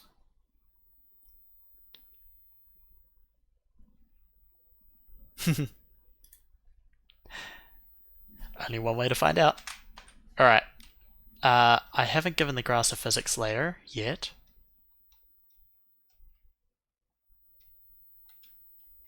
Okay, it's still trying to go through that.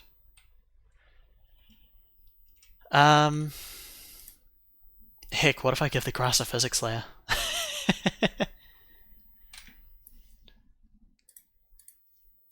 Physics layer, add 1.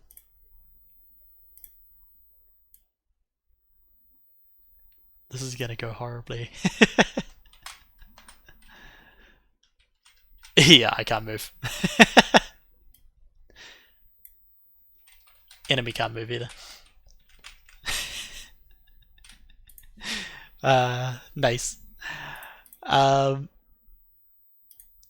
Cool, so yeah, physics layer considers collisions. Yeah,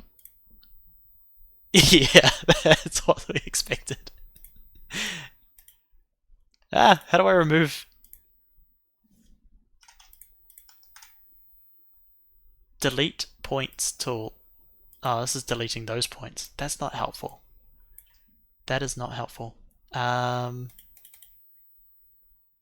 Erase? Erase? How do I erase? Setup. Erase. There we go. Oh my gosh, what have I done? No, that's not it.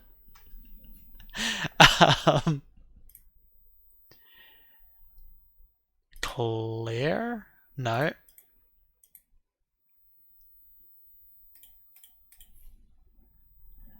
Oh my gosh. Oh wait, what?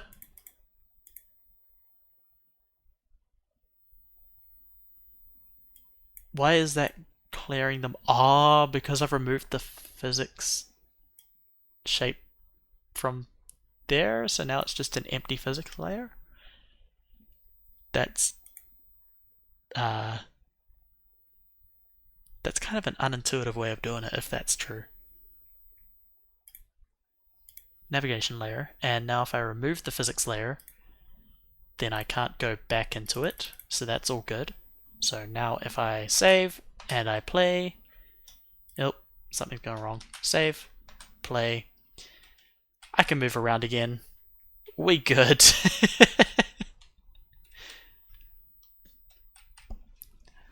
Awesome. Okay, so physics layer on the grass is not quite what we want.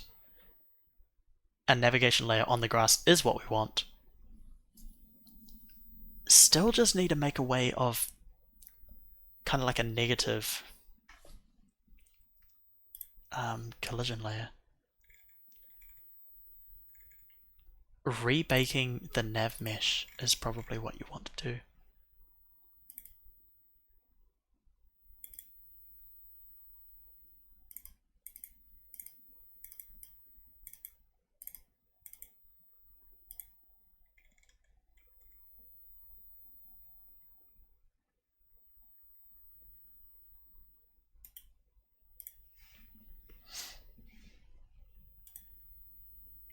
Oh my gosh, what is all this?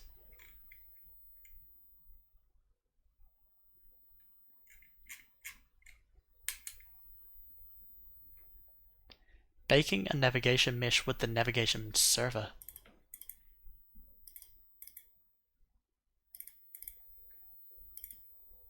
So navigation works independently from other engine parts.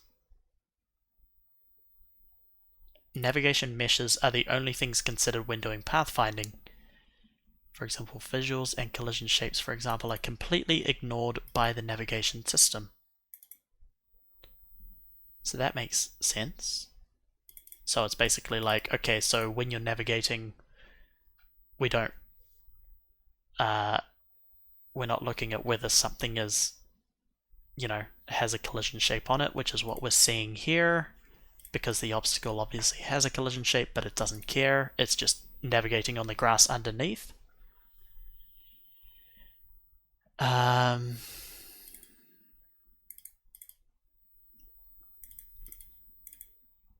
Here I was told I can path safely because it is on a navigation mesh.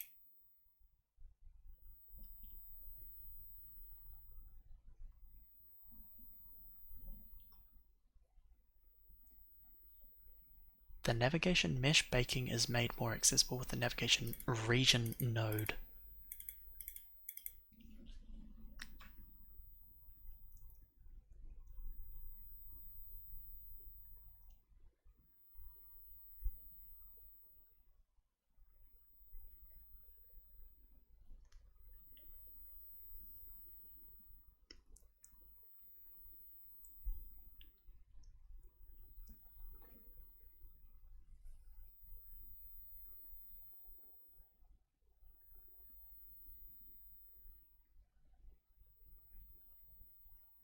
Oh, this is actually kind of a good image. So you don't actually want the navigation mesh to necessarily be bumping up against the physics collision. You just want it that the enemy can go up to here and no further, essentially, when it's navigating. You don't want it to try and reach this point because it'll never get there because it's colliding with this collision, so it will just constantly be pushing this way.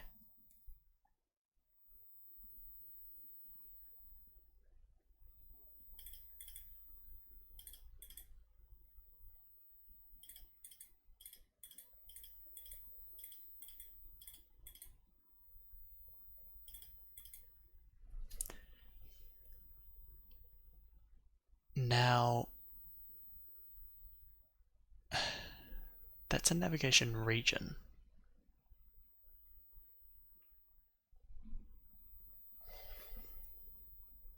That would explain why some of my collision bodies get stuck on each other. Is it because they're kind of like clipping into each other, essentially, and so they like just stop? Hmm.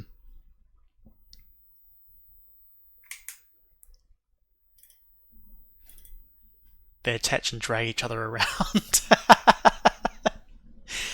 Oh my gosh, that's giving me Centipede vibes. I've never seen the movie, but I've heard about it, and it sounds horrifying.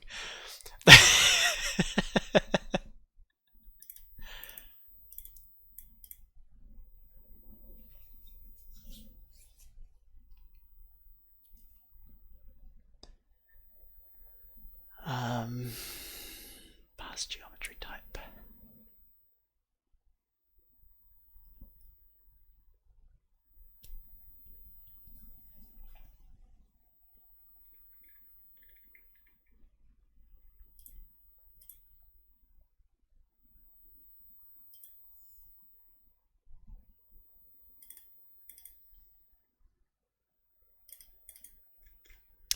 Got ourselves a collision mask. This is not really helping me find out... kind of? Not really. That's our collision mask, but it's not our navigation.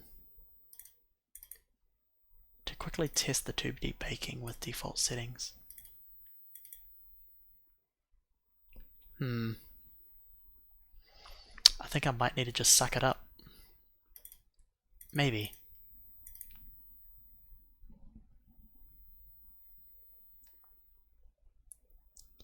Because so the way that he's done it is he's got tile maps. Should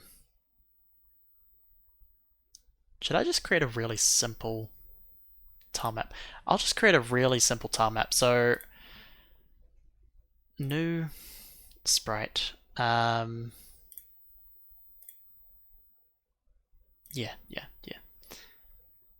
Width. How many terrains am I going to have? I'm going to have grass, water, and an obstacle. So 3 main layers. 3 main somethings. 64 times 3. Oh my gosh, that did not work. And just 64. Cool. I kind of need my grid. There's a grid there actually. That's fine. So, filled a rectangle. Let's give it a nice green there. And then our water is blue. And finally our obstacle, which will make it brown-ish. This is purple. Why does it look brown? That can be brown. A very simple tile map. Save that.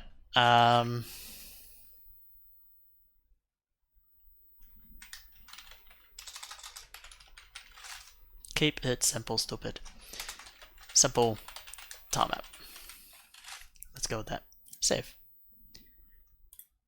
Export. Export as.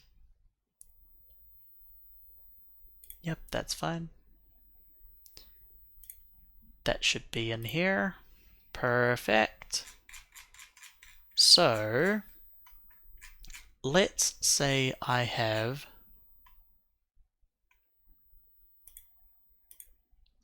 this is the ground or terrain. It's probably the best way of describing it.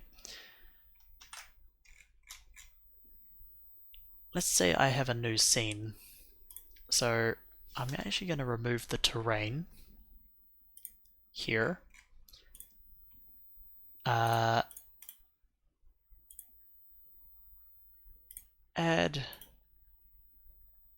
new scene. Where's new scene? Instantiate child scene. Maybe I need to actually do it down here.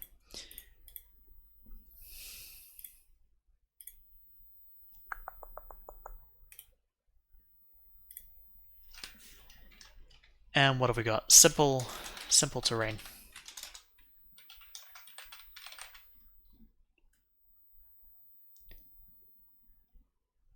Scene. Yep. Okay, and under here I'm going to have one tile map layer. I'm going to have in the new tile set, in here we've got physics layer and we have a terrain set, and we have a navigation layer. There will be 3 terrains. So the 3 terrains are grass, water, and honestly I don't even need the obstacle, do I? Because the water can be the obstacle. So we'll just go with grass and water. Color of the grass can be red.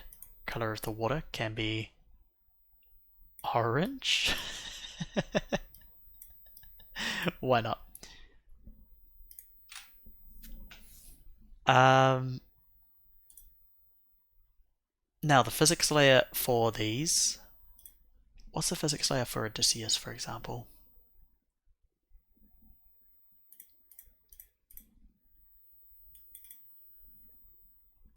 His collision layer is 1. Can you post links? Found a video where some guy is doing obstacles. Do I need to allow you to post links? Is that a thing? Or are you just asking for permission? I'm guessing you're just asking for permission because I'm not seeing an option. See if Nightbot deletes me.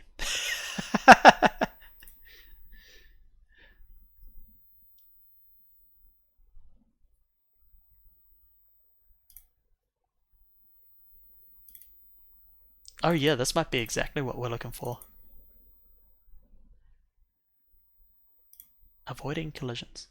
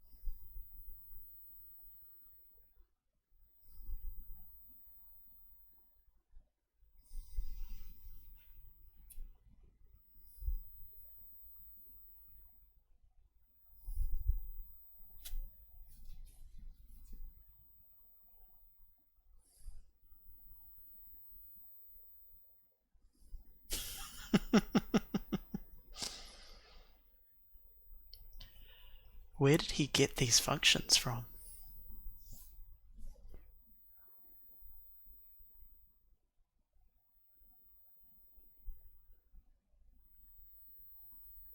Use tile data runtime update.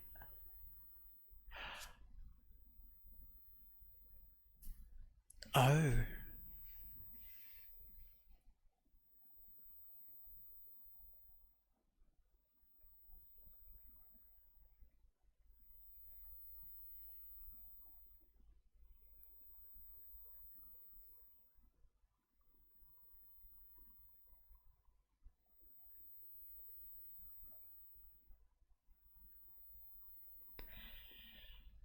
Oh.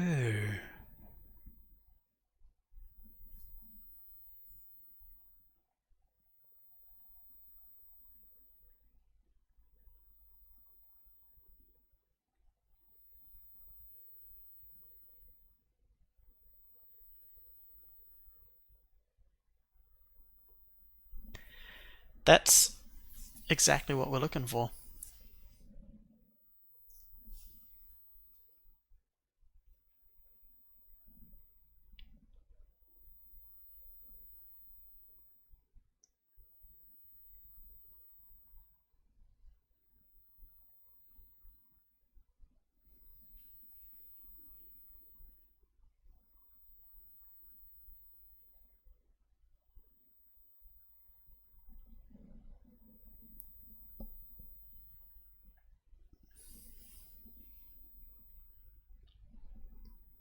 That is a really good solution.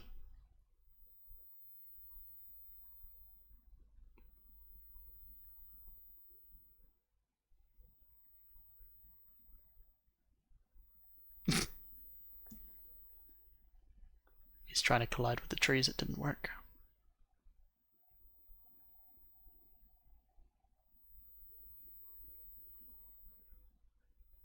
Oh yeah, perfect. That's how we remove the navigation layer.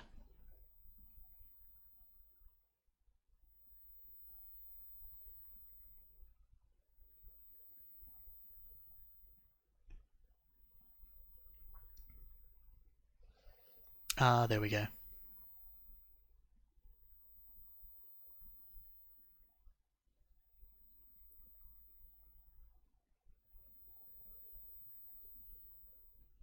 Hmm.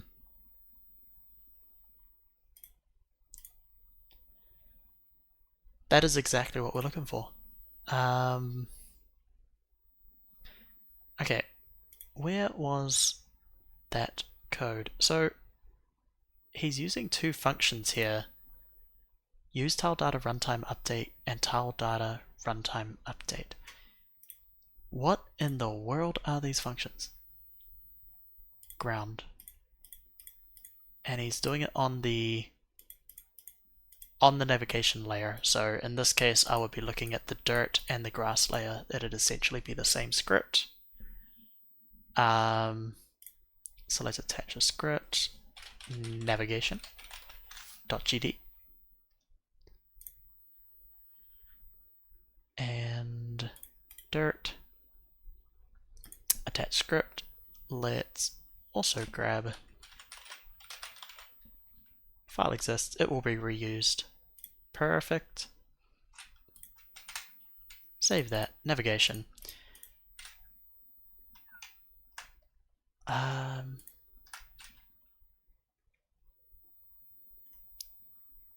Methods. So it's these two here. Tile data runtime update and use tile data runtime update.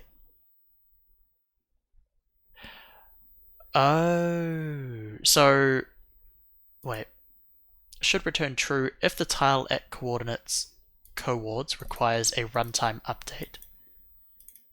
Make sure this function only returns true when needed, otherwise it will process every single tile that you're trying to, or that you're looking at. Cool. Okay, and then the tile data update called with a tile data object, allowing its modification at runtime. This method is only called if this returns true,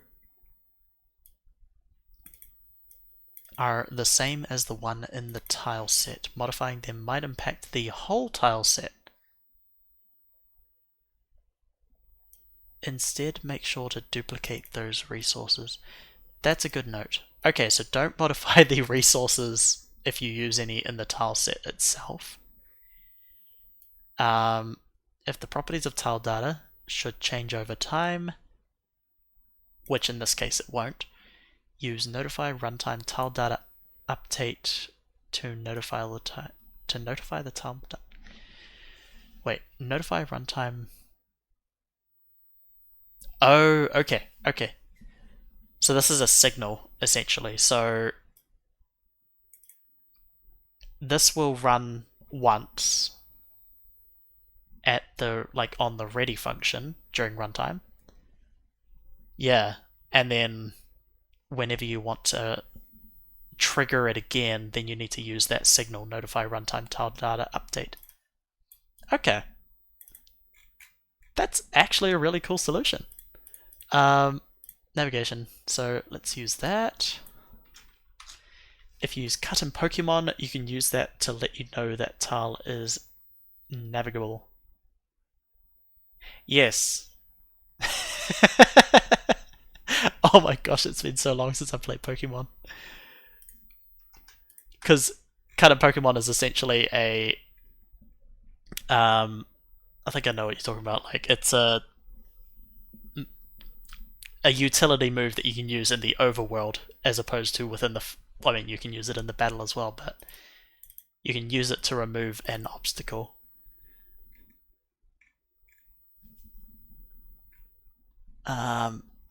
That was this one here. What is virtual?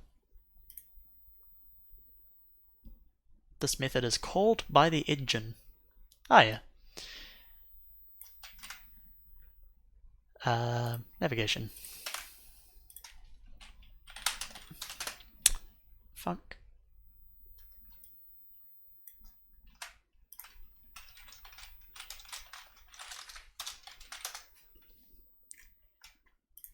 There's that. If that was the best example, it was an amazing example. 100% approved. And the other one is use tile data runtime. I was literally talking about Pokemon today with my friends at work. It's great how it pops up every once in a while. Oh my gosh, what have I done there? I just want this. Oh my gosh. Go away. There, copy that.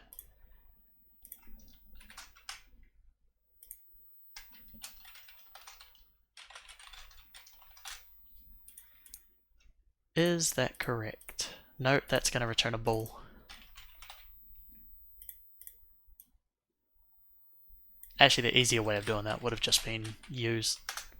Yeah, of course it would have been.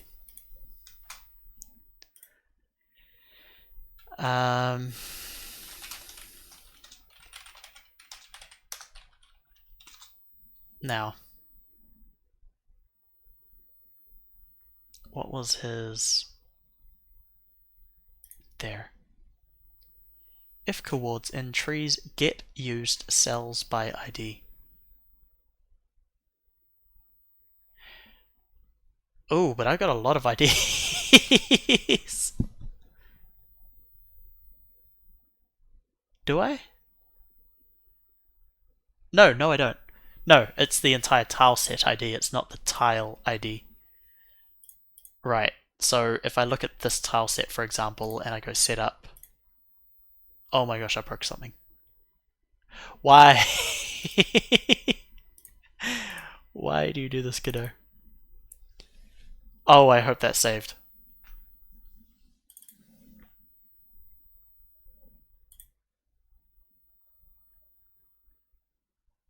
How far did it save? It saved... it's close enough. Okay, that'll work. But yeah, so if I look at the actual tile set, it's looking at that ID, it's not looking at the individual tiles ID. Which is fine. That's good. Okay, so in the onReady, var and obstacle layer,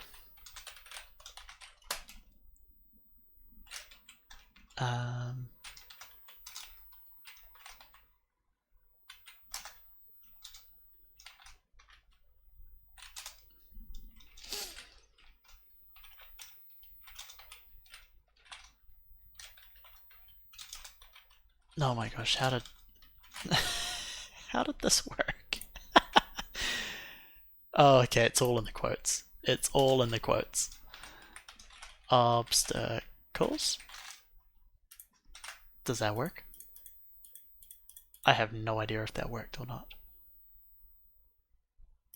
Because has he got the same dirt.gd, trees.gd, unit.gd? We'll see. You can disable the template auto-gen when you create a new script, means you don't need to delete that template every time. That is true. Yeah, I just didn't select that option as I created the script.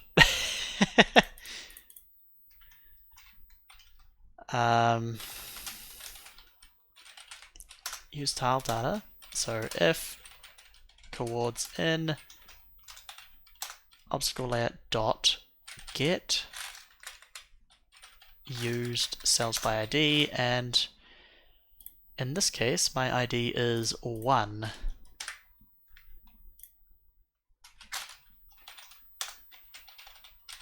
Return true. Just following what he did, otherwise return false.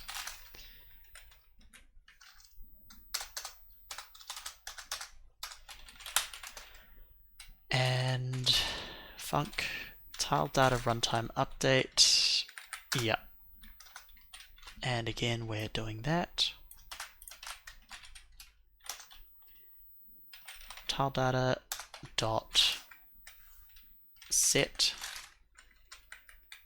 navigation polygon to layer is 1, navigation polygon is null. And did he do anything else? Nope, that looked like it was it. Okay, cool.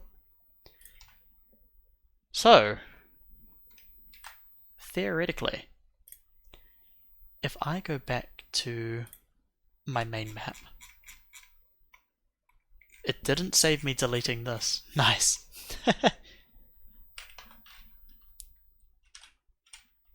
How are we doing with this? No, that did not work.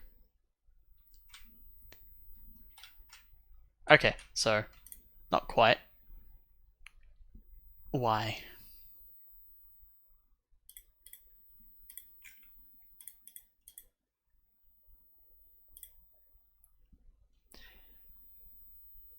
Navigation. So I have this attached to my grass and my dirt. They both have a navigation layer attached to them. So if I go navigation layer, it is fully attached to them. Is there a way to see rendering?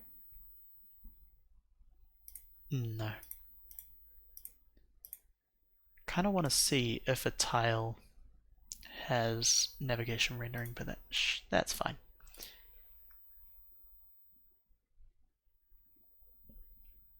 Oh, hold on. Oh.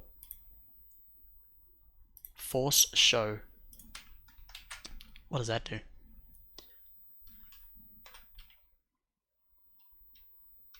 Oh, hey, nice. So that's the dirt navigation rendering.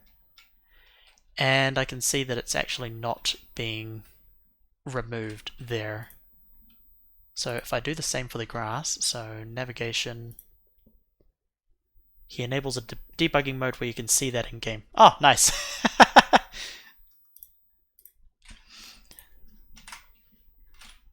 This is what it's all about, randomly finding different options. It's not running that script, why not? Let's debug. Let me try that. I'm not sure if that's actually going to help me, but yeah, no, that's not going to actually help me. Do you need to call the script? No, I don't think I do, because if you you can see that it's just being called now by the debug function.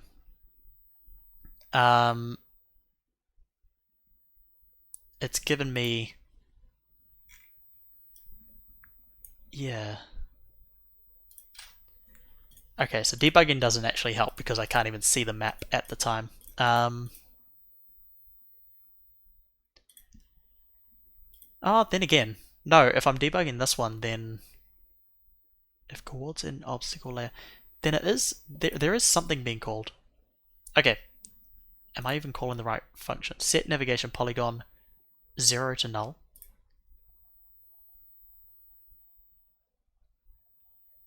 Oh, wait. Oh. That 0 is layer, I think. So set navigation polygon. Let me do that again. So tell data dot set navigation polygon layer ID. What's my layer ID? So grass bit 0. So that is null. So I think it's because of the whole array thing. So layer 1 is actually layer 0 in this case. Get rid of the debug. Continue. Yeah, there we go. Okay, now does he actually Wait, what are you doing? What are you doing? You did so well. Why? I can see that there's no navigation mesh in there anymore. Why is it still messing up?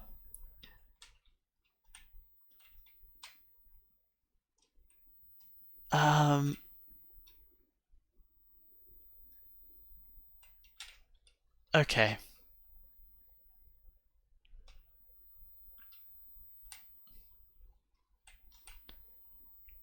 Yeah, he doesn't go around that. But why?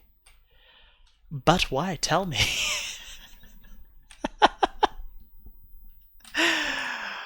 Oh, this is terrible.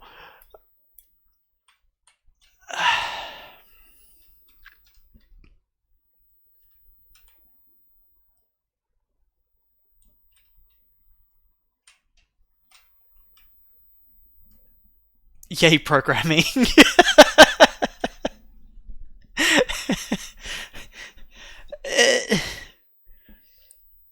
It works up until it doesn't. So we've gotten rid of the navigation mesh now on those nodes. But it's still navigating. Or is it because it's not actually navigating on them, is it? No, it's not. It's just going past them. So it's actually still navigating on these points, but it's colliding with them. No, the problem is that it's not colliding with them. Trying to make places you can move on, but he can't. No, I'm trying to make places that neither of us can move on.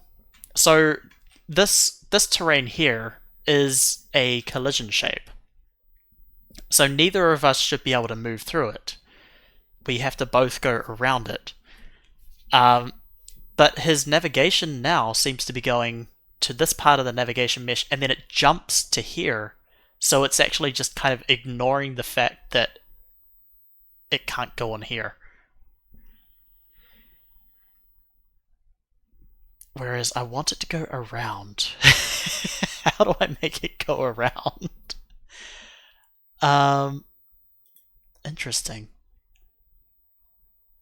Create navigation layer. Visualize line. It should work if you add a physics layer. Same as the nav layer, but physics instead. Are you saying a physics layer to the grass or to the obstacle?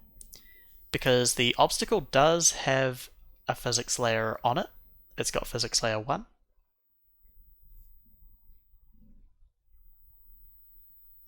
Unless I set physics layer, so tile data set physics layer. Set collision layer. Is it painted on? Yes, it is. So I may show you.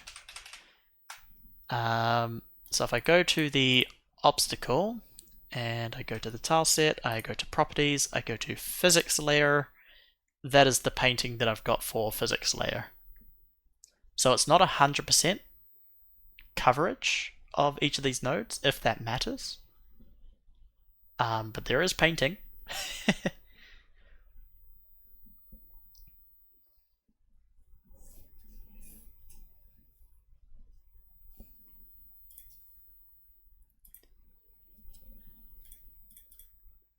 um,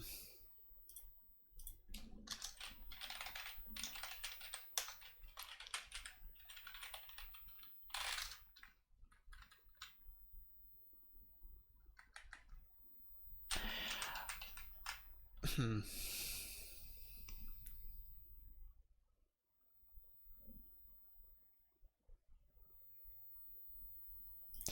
I guess it's kind of a hacky way, but I think one way of doing it could be to like, where is it? Enemy. So his navigation agent, there's a path max distance. No, that's not it. Target desired. Path post-processing. So is there a way...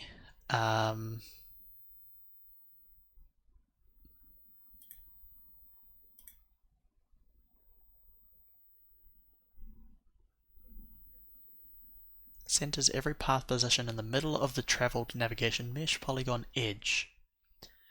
This creates better paths for tile or grid-based layouts that restrict the movement to the cell's center. Okay. Simplify path avoidance. Oh, hold on.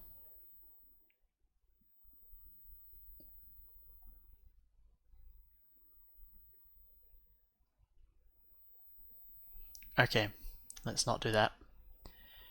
Neighbor distance. The distance to search for other agents.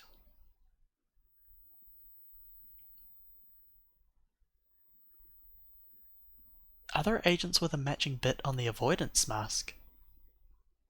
He had avoidance enabled in the video. Interesting.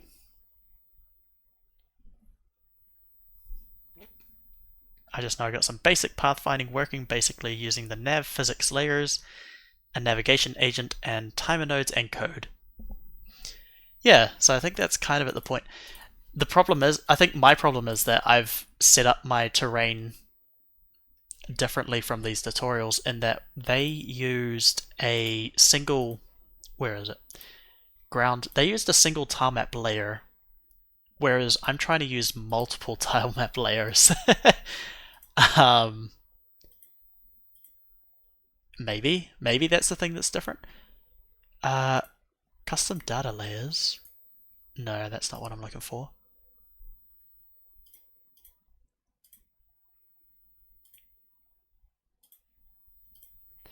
Where's an avoidance layer? The video I sent was using multiple layers. That's a good point. That is a good point. Navigation is enabled. This thing has something called an avoidance layer detection. So how do I add an avoidance mask?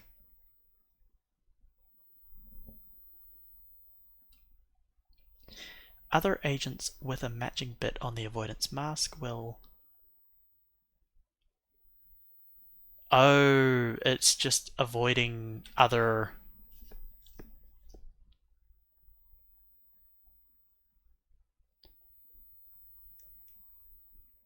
with many registered agents. Okay, so avoidance is between agents, I think. So that, for example, you don't have enemies running into each other. That's my guess, based on this. But, I'll give it a go. And see what we get.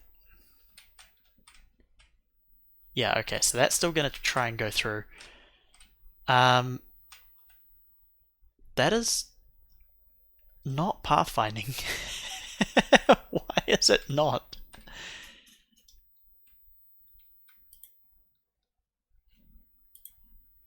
Okay, exit out of there.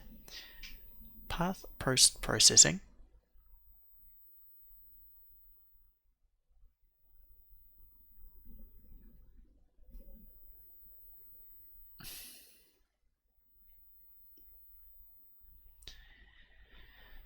Hey, 12:54. This might be a problem for tomorrow. Man, but I want to get this. I want to figure out what's going on here. Include RIDs, include types, simplify path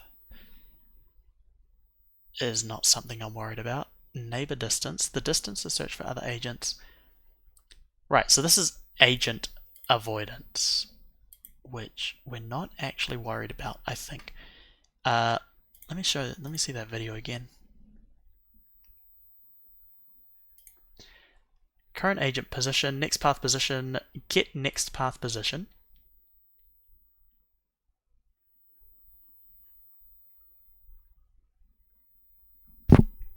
Direction 2.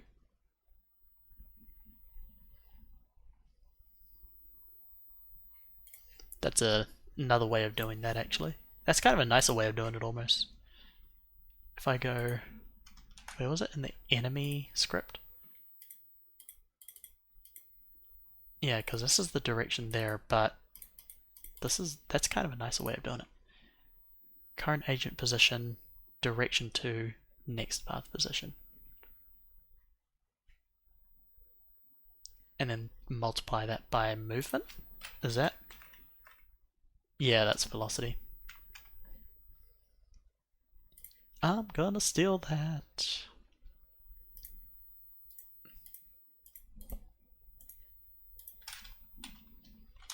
Equals global position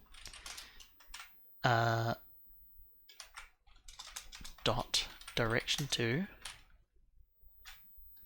and I want the next path position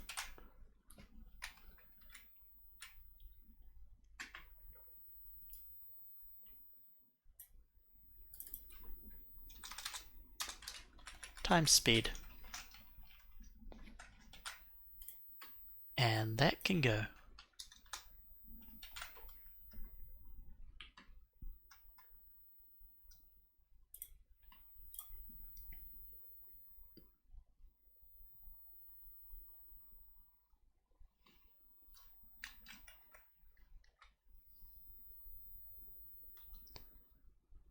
So his code is very similar. Create the tile map layer. What is he doing different about this?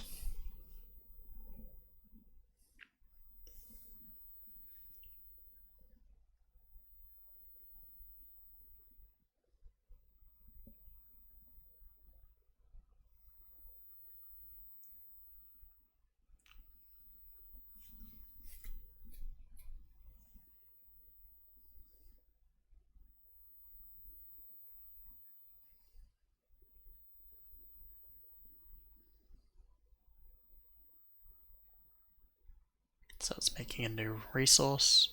That's fine.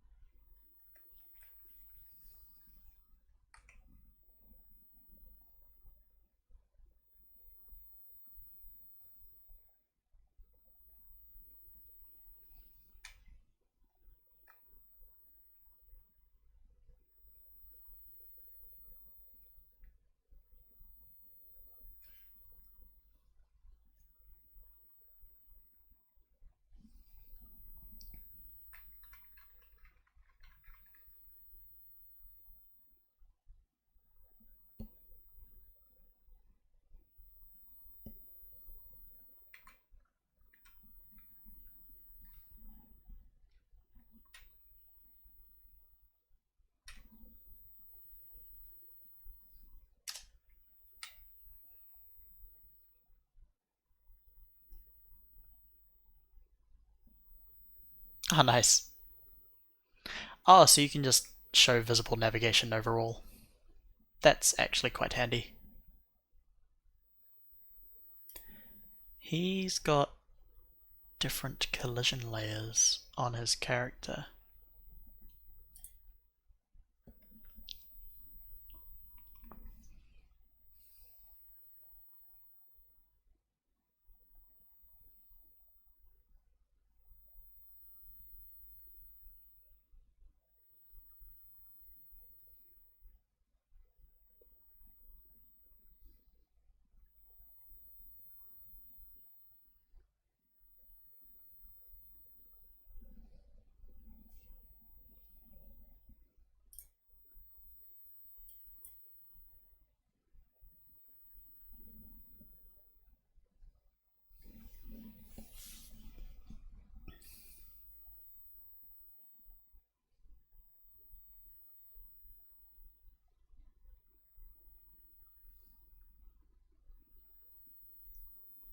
Desired and target.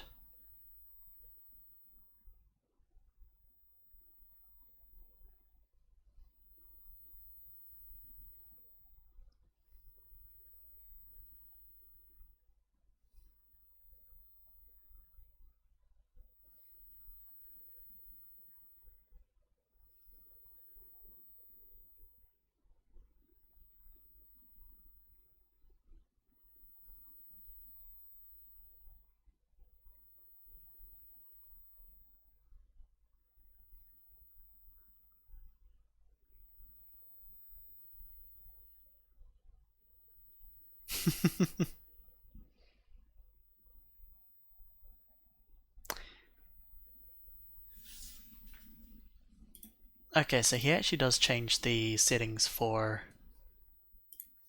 the agent itself. Path desired distance. So that changes like the. I think that changes the distance between the like each of these points, for example. So if I set that to like 5, like he is, maximum distance. The agent is allowed away from the ideal path.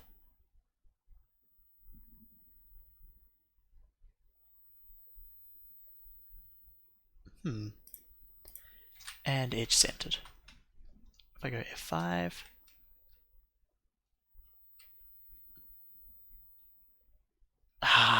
it was so close. It's like it almost wants to.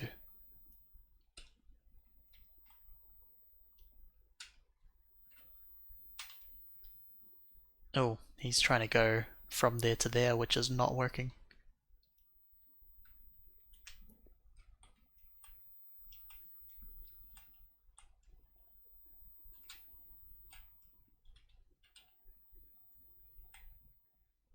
Yeah, so he's kind of like, even if I bring it down here, for example, or down here, he just gets stuck on that edge. He kind of does, doesn't he? But it's not almost. So this is why the other place that we show, or that we were looking at, it had the navigation mesh actually ending quite far away from the collision layer, so that he'll path to the edge of that and then not go any further. Okay, what is corridor funnel doing?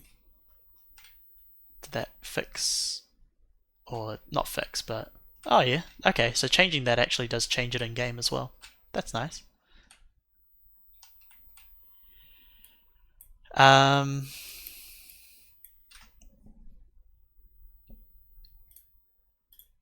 Why is mine so broken?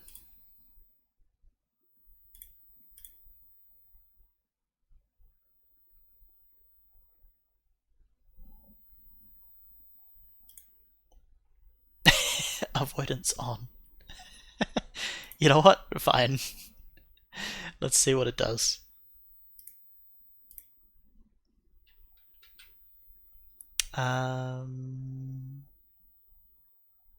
Play.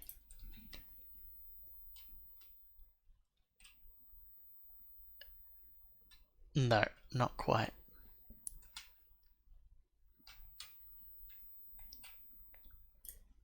Okay, so avoidance didn't seem to do much. This, what exactly is the desired?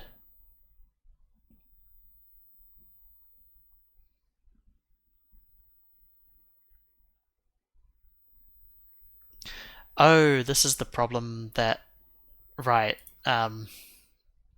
Yeah, 5 pixels is way too low because that's why he's having the problem of like not being able to reach, say, this node, for example.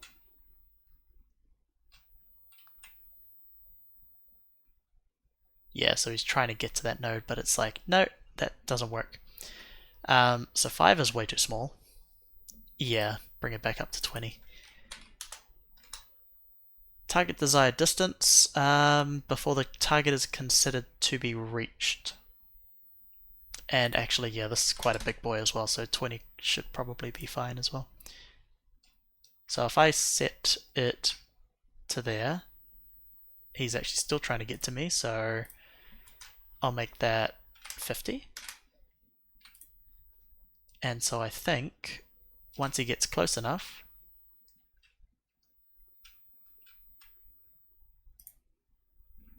100.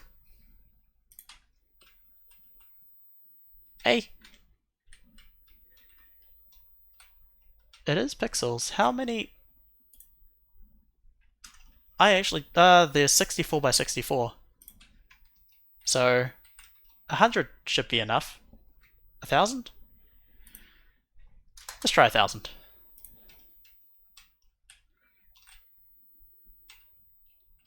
Yeah, he's still trying to push into me.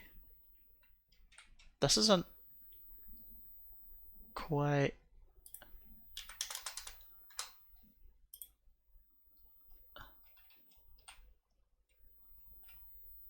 I don't know what this is. Is it changing anything?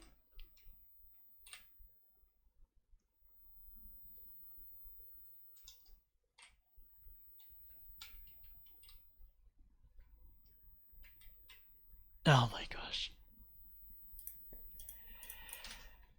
This is not working.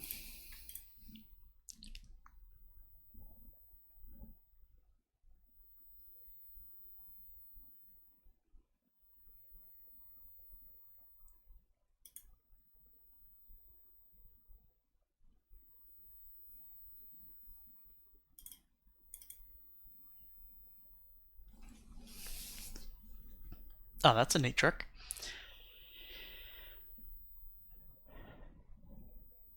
The old classic. It works on his machine. Exactly. Don't worry, it works on my machine.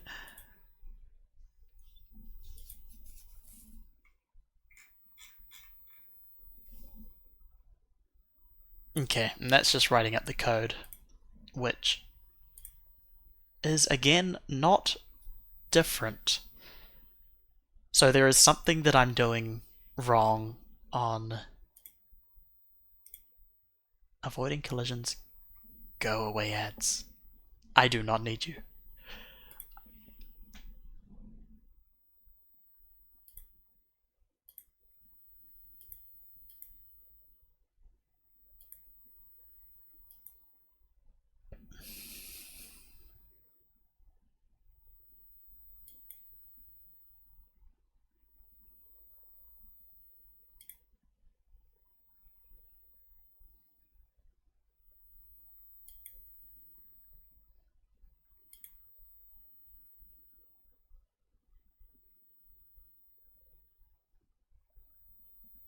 Why is this working so well? Okay. Again. I'll try again. I'll try starting from scratch. So we have the simple terrain just starting from scratch. So, create a layer, tile map layer, enabled, yes. the terrain. Oh my gosh, I'm lost. What am I doing? Tile set, that's what I'm looking at. And in here, tile shape, tile size, 16 by 16. I've got them 64 by 64, so let's go with that.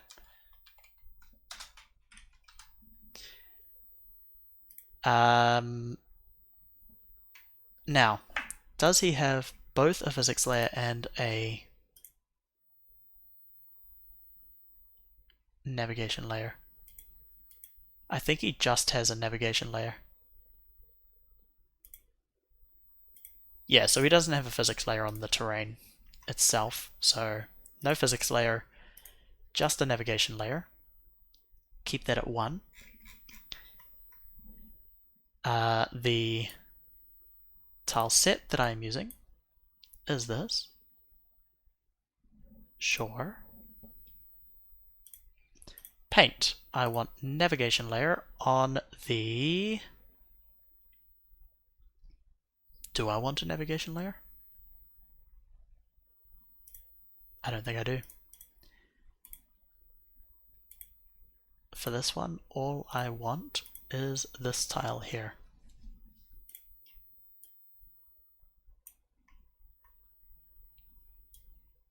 Okay. Following it, why is there like a random line right there? What is going on? Okay. Oh, that's my viewport. That makes more sense.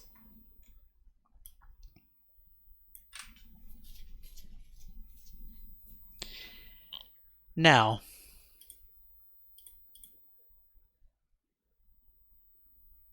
I won't use the enemy yet. I will use same thing that he's using, the icon.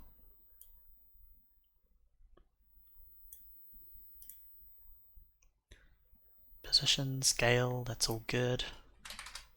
0.5 by 0.5. Let's not have those locked.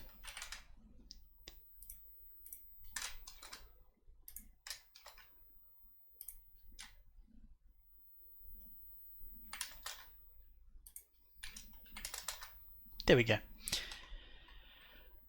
Okay, I have a tile map layer, which is the grass. And same with him, duplicate it. Make sure the tile set is unique. This one is path. And for this tile map,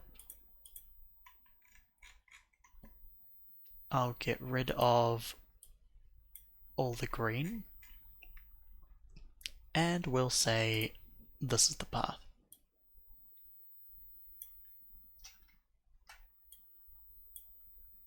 What the? Oh, that's erase.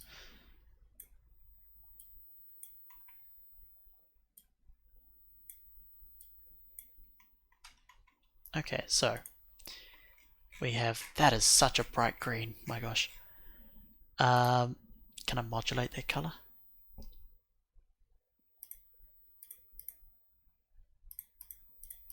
It's fine. It's fine. Oh, hold on, modulate.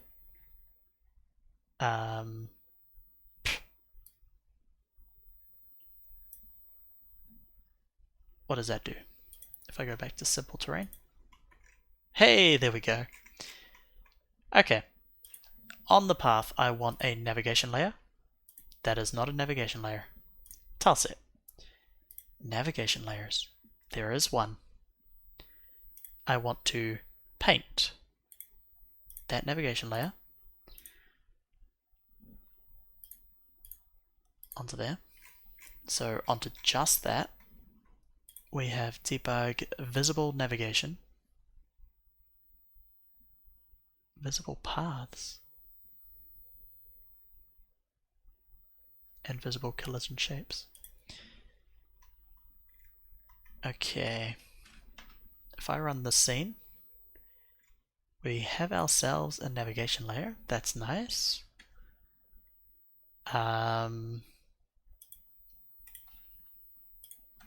Camera. Just just gonna add a camera to the guy.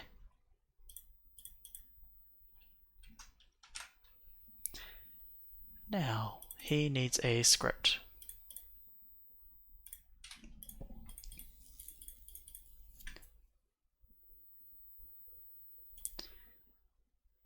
What's the script that this guy uses?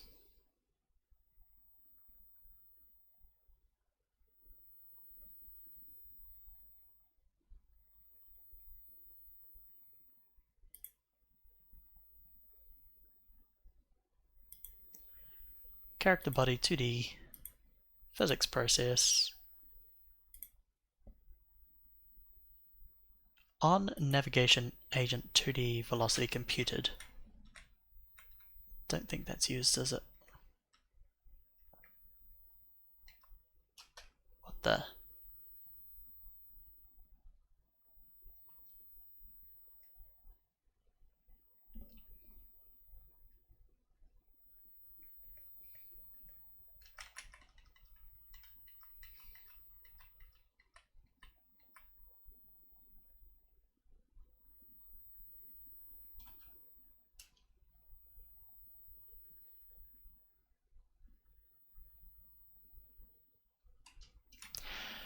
Oh, what is this? So if navigation agent 2D avoidance enabled, set velocity to new velocity.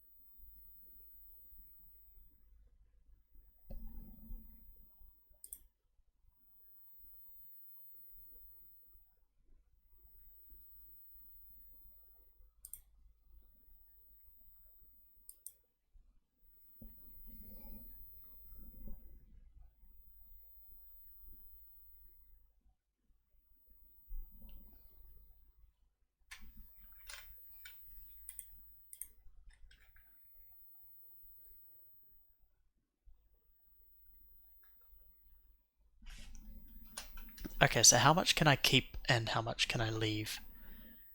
So var mouse position, get all that. Okay.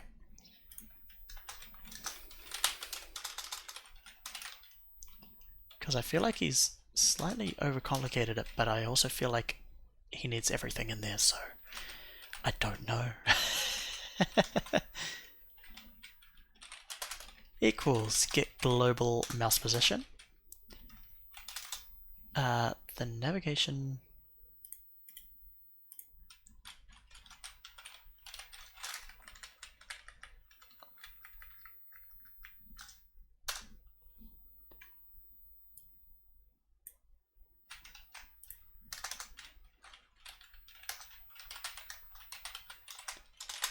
nav agent equals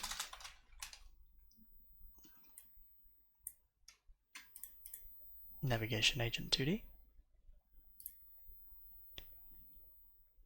That might stop the Cyclops walking at you past once it's close enough. Yeah. You might be right.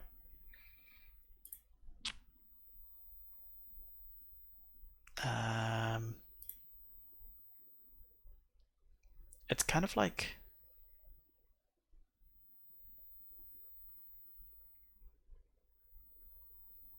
I don't know.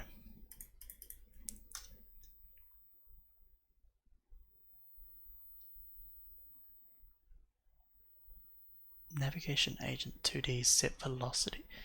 Set the navigation agent velocity. Wait. What in the world?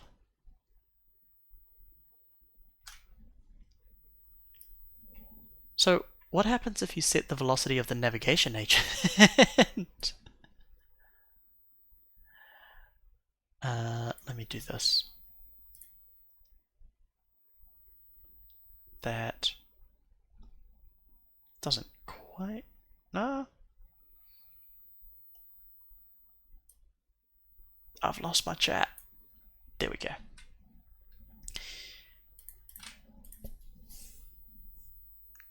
Is velocity shared with the parent node? That is a... Yeah, that's the question I was kind of thinking of. And I don't know. I don't think it is.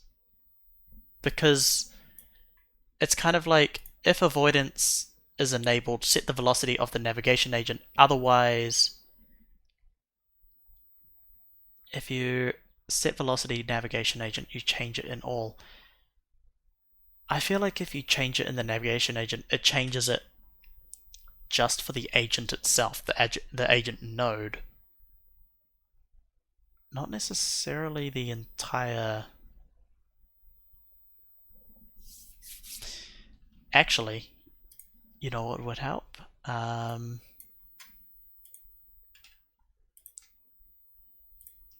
Navigation agent 2D, set velocity forced.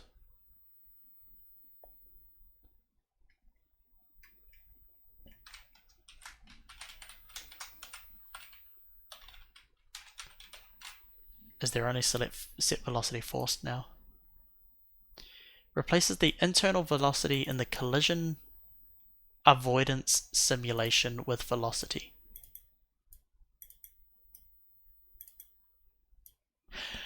Oh! When an agent is teleported to a new position, this function should be used in the same frame. If called frequently, this function can get agents stuck. So I think what it's doing is it's not actually changing the position of anything, it's just saying, so we have our, this is my thought on it anyway, we have our navigation agent, it is at a point, which is at exactly the same point as the icon in this case. So it always stays on top of the icon. The icon is moving around, and if we're checking for avoidance, it wants to check that it's not going to run into something else that has avoidance enabled as well. So those two things would want to essentially check their current velocity to see if the next frame they're going to hit each other. Right? I feel like that's kind of what it's going for. So it's more like a set the velocity for checking whether you're going to hit something.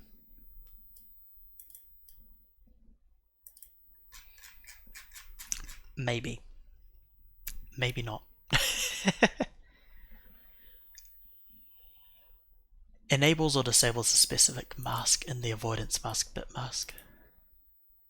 Given a mask number between 1 and 32.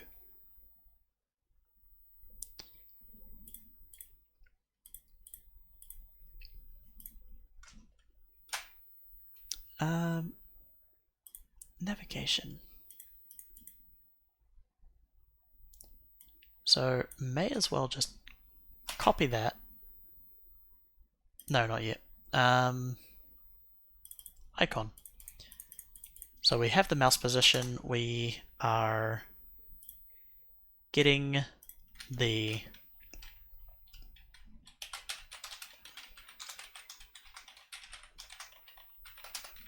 equals nav agent dot get next path position. Alright. Is he actually...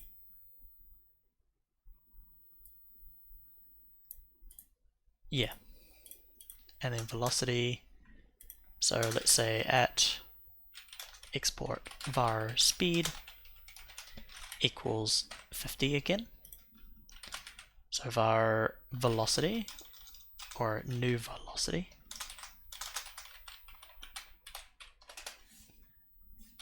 is the global position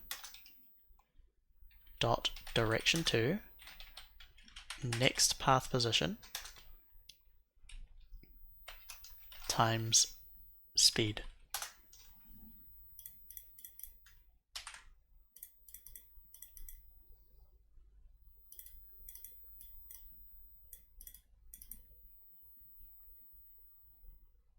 I think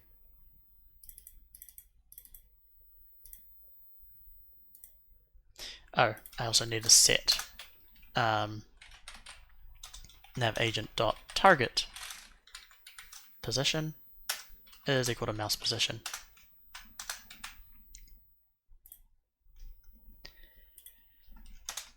So F6, that's not doing anything yet because I'm not actually setting the velocity. So if I just go velocity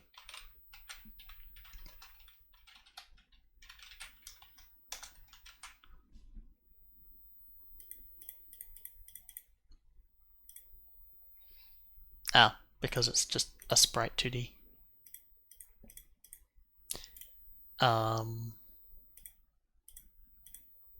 Okay, let's add a child node, sprite, 2D. The icon is given icon. And we want to change the type of this to a character body 2D. Motion mode, floating. Oh, wait. What's his motion mode in his one?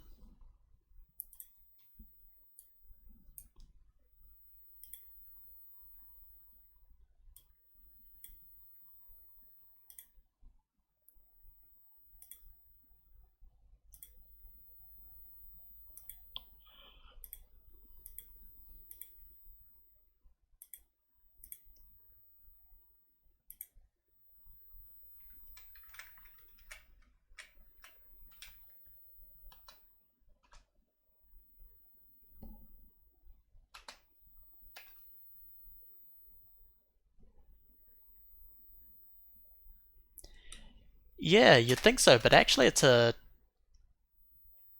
when he selects it, it's actually motion mode grounded. Which, I wonder if that makes a difference. I feel like it shouldn't, but...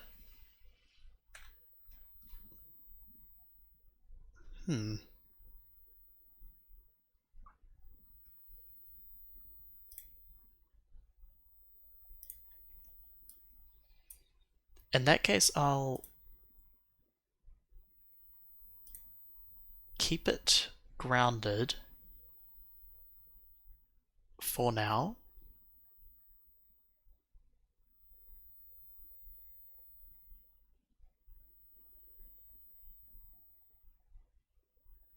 In this mode, when you slide, the speed will always be constant. Min slide angle.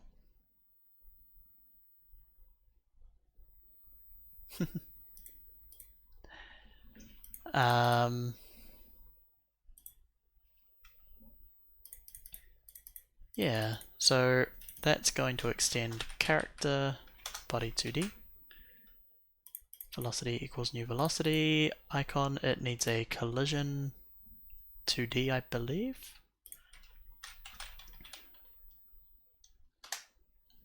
Collision shape 2D. And the collision shape needs an actual shape. So rectangle shape. And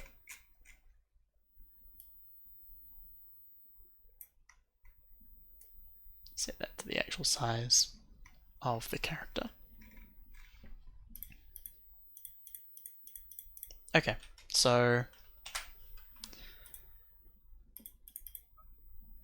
play that. That's still not working. What have I done? New velocity. Alright. Get the mouse position. Oh, I need to actually move and slide. There we go. Slow as anything. Navigation agent. Debug. Let's enable that. And let's change the speed to 200.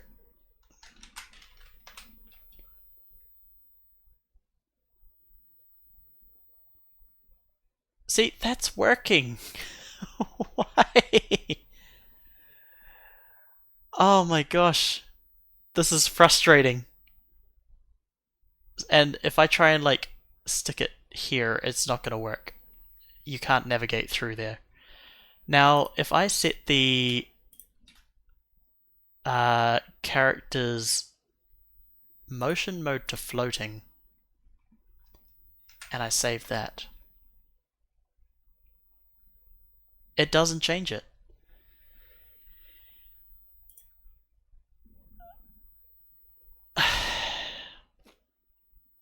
So this is the behavior that I want. And for some reason the Cyclops just isn't following the program. Why?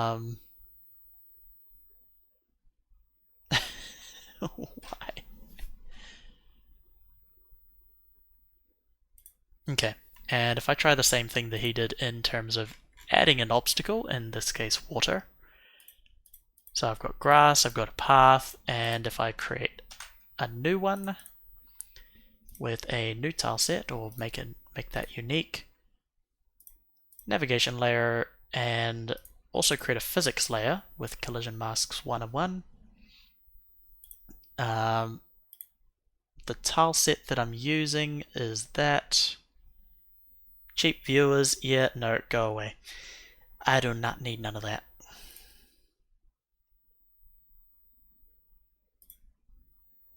I like how the auto moderator very quickly just said, yes, possible ban. um,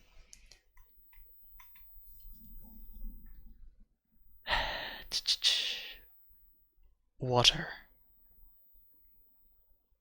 So I'm looking at the physics layer, and I'm activating specifically that one. Save that. And so I will put that. Let's say I've got one there, and I've got a block there. That means when I play, it should theoretically... Okay, so I can't go through it, which is good. And it will try and go around. If I come through here, it's fine. Cool. And now if I go to the script, go to enemy, I grab... Not the enemy, I want to grab the navigation. Attach that to the water. So, attach script. Don't need a template.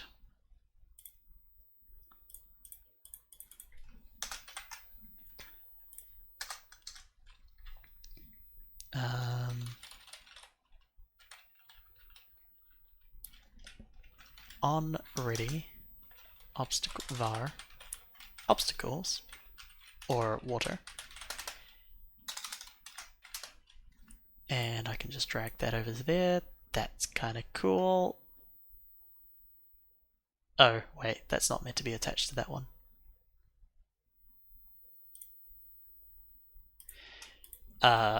Oops. Okay, water, no script. Save, and path you want load. What's quick load? Oh, nice. Water. Save. The difference is the water is actually meant to be path. Okay.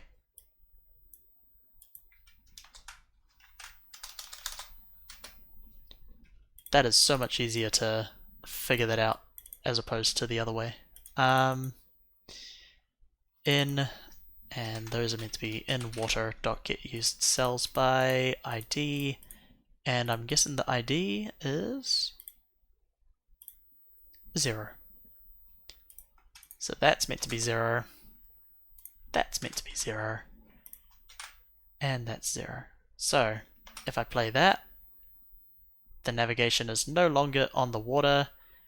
It's still not going to slide, unfortunately. But it now goes around. It works!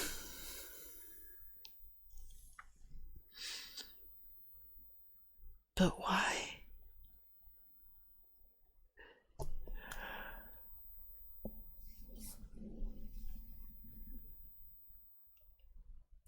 Why does that work? I'm so broken.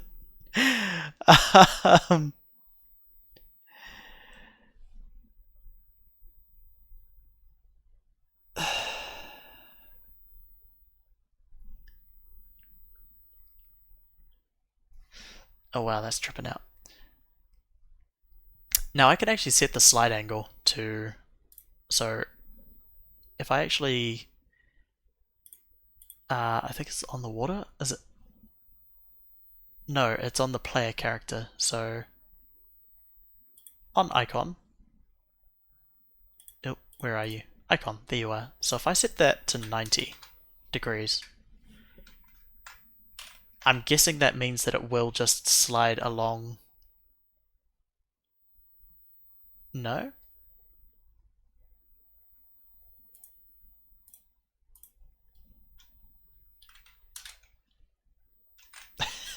$360. Okay, that's not doing what I thought it did. Is 90 directly into the obstacle. I kind of assumed that is allowed to slide when it encounters a slope. The default value equals 15 degrees. The property only affects movement when motion mode is motion mode floating. I kind of assumed that 90 meant that, you know, it could look at the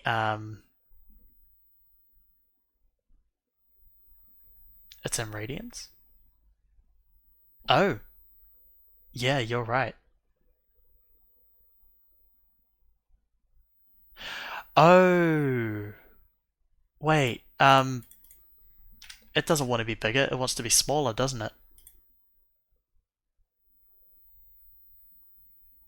Yeah, there we go. Okay, that's so it's like 90.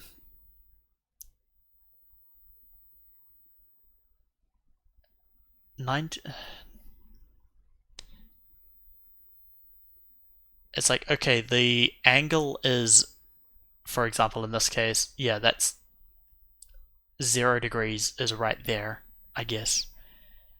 And then it's like, okay, that's 1 degree, but we're allowed to slide. We're good to keep going and sliding, I think, is essentially that minimum wall min slide angle. Now, how to make it so that the path avoids doing that? I think that's just where the nav mesh has to be like half a centimeter or half the width away from the actual obstacle, which doesn't exactly sound ideal to me, to be honest.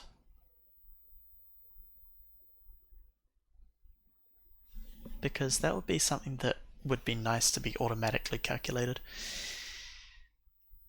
But that's okay. The main problem is that this is working, but the Cyclops is not.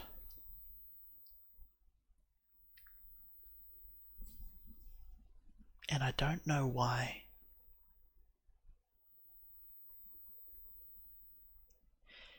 Because if I go to Troy In fact, if I go to my ground,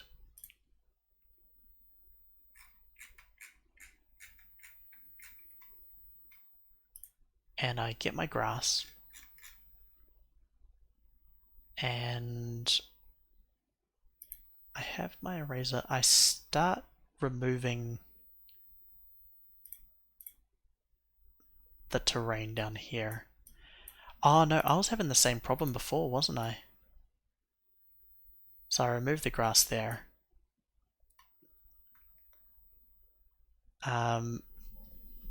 Save that.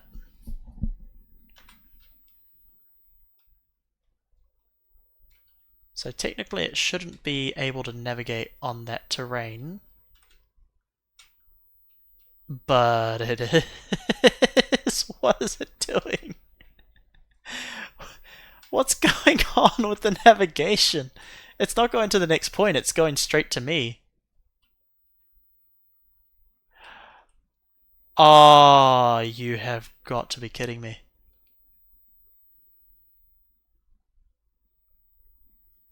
Is that my problem?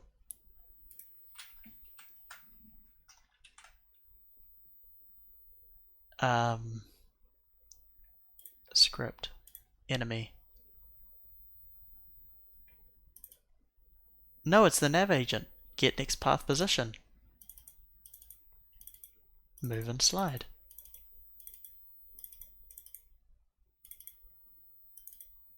Okay, yeah, no, that's fine. But why is it going to me then?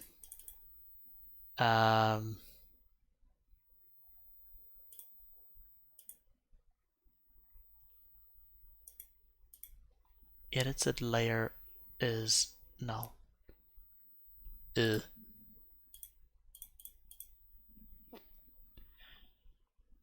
Enemy is going towards the player. It's got an enemy, it's got a hitbox, health, enemy size. What the heck's enemy size? Oh, that's the collision polygon. Speed, motion mode.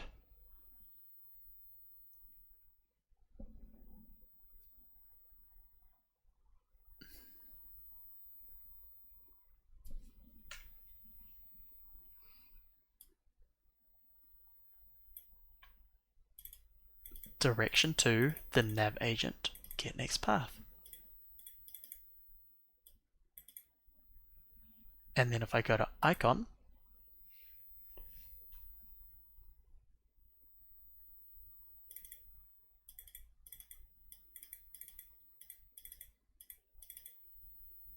target position. Navagent.target position equals player dot global position. That's fine. Or that should be fine. Next path position, new velocity. Okay, what if I just copy this? Because nothing else is working. Speed goes to there.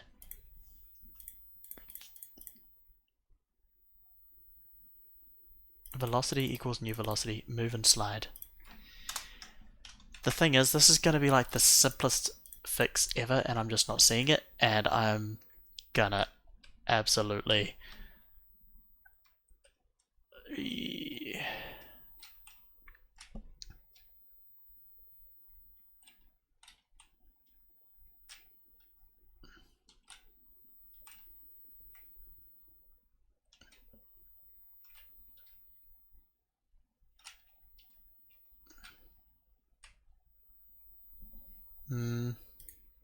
How do I tell?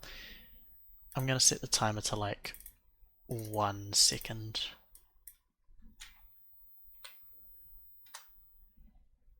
Nah, I'll even make it 3 seconds actually. And then I think the navigation agent, I'm going to make that, so I'll put these back to default values for now. Path max distance, corridor funnel, I'll make that edge centered so it's kind of going along the edge more. Uh, 3 seconds.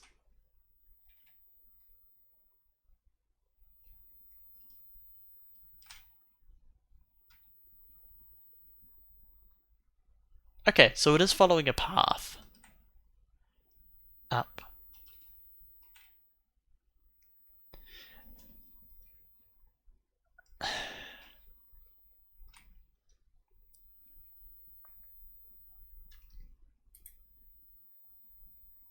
Now, why is my ground broken again? Navigation. Get used cells by ID 1. Return true. Otherwise return false. Navigates through the center of each wall by the looks of it. Is that the corridor funneling? No, that's the edge. Where is it? Enemy. There you are.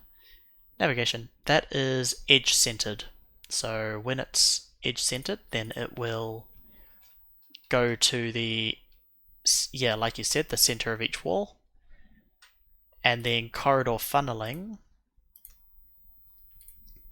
is kind of more direct. So it will just follow a path. It still uses the edges, but it will follow the path straight to you essentially. Ah, kind of. That one kind of didn't.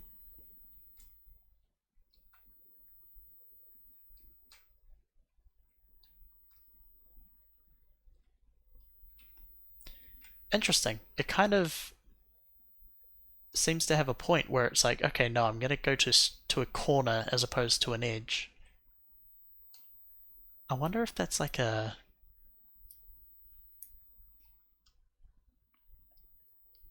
So if I go up like this, so it's gone one edge.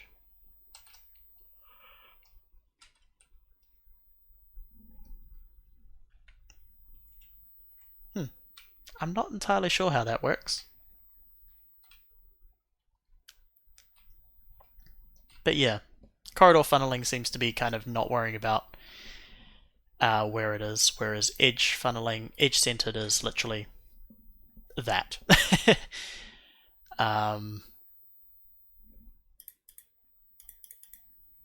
Yeah, so for the icon, it didn't matter that avoidance was enabled or not.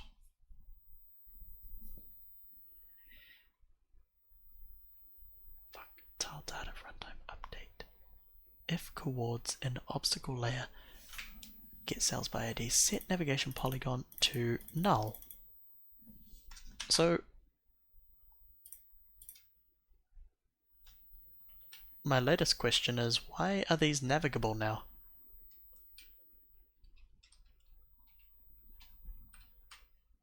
Because these still should be getting set.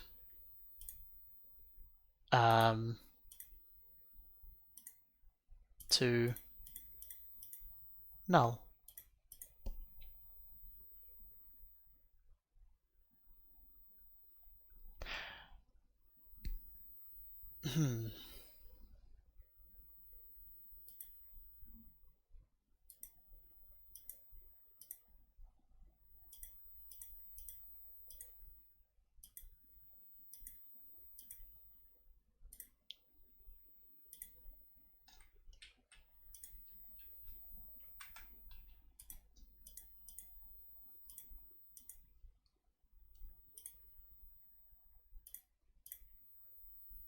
Tile map. Terrain obstacles. In the var obstacle layer.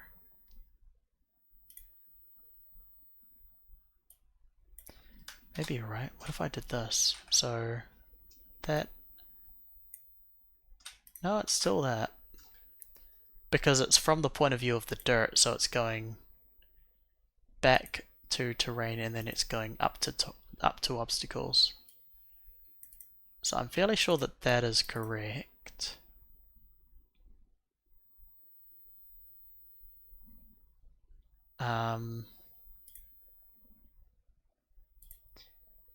Best viewers?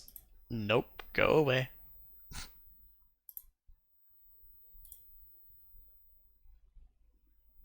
Did I? What? Why is the message still there?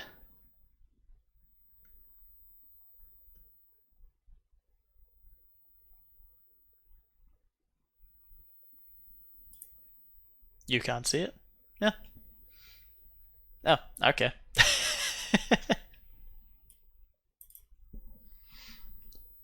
Interesting. I can still see it, but I wonder if that's just like a little if I refresh chat. Oh yeah, that's gone now. Nice.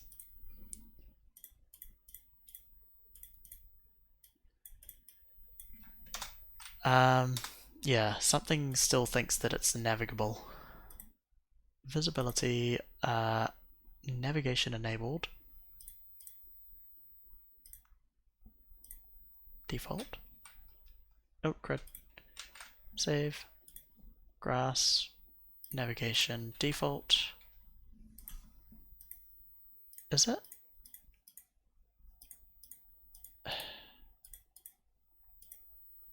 Okay, if I go to my tile set, it is still ID1 is the obstacle.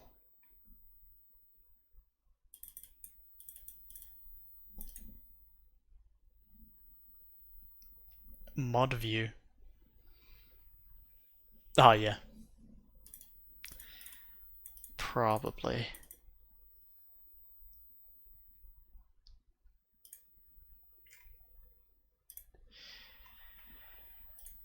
Oh my gosh, this is...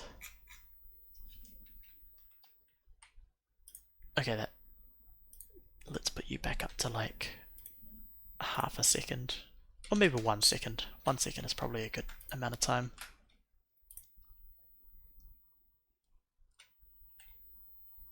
Yeah, 1 second feels a lot nicer.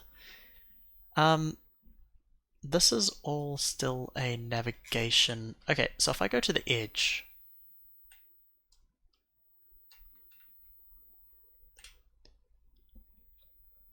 all the way up to the edge.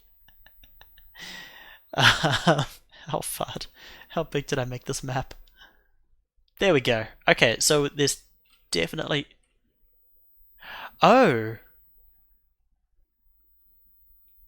Okay, so he's not able to navigate. So is the problem that it's actually not truly removing... Okay. Let's bring you all the way up here just to double check.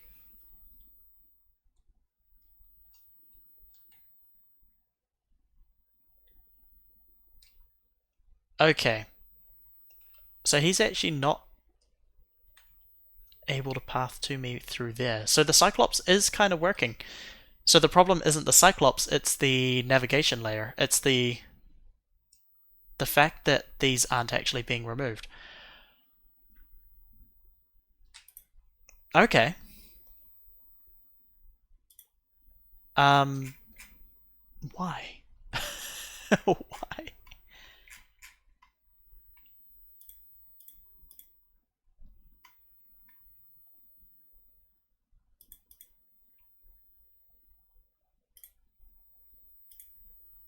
My debugger has so many errors. Attempted to merge a navigation mesh polygon edge with another already merged edge. This is usually caused by crossing edges, overlapping polygons, or a mismatch of... Oh. Is this the issue I've been having?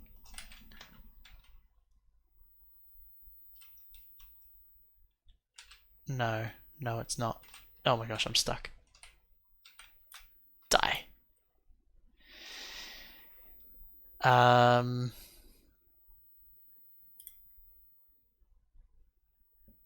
It is the issue, isn't it? Okay, this...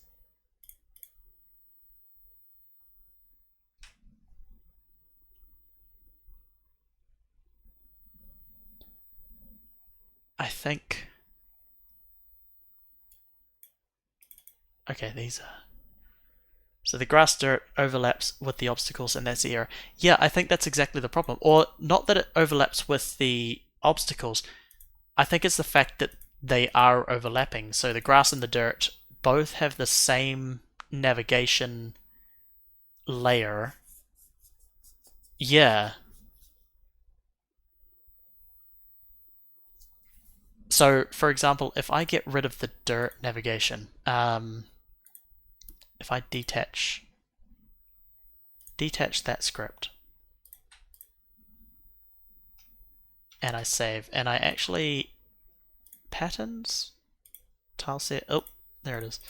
Tiles, paint, navigation layer, grass layer 1, dirt nav 2, and navigate on 1 and that is actually genius.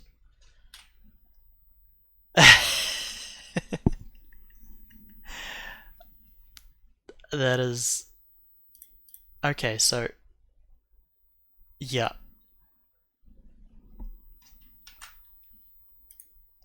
Okay, so the grass has a navigation layer of 1. The dirt has navigation layer 2.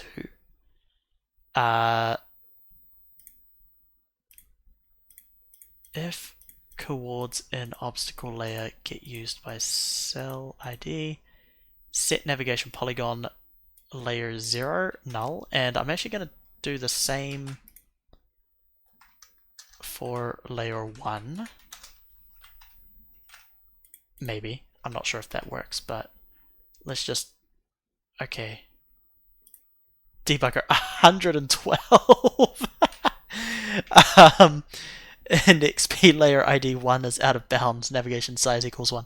Right, because it's not this tile. Okay, that's fine.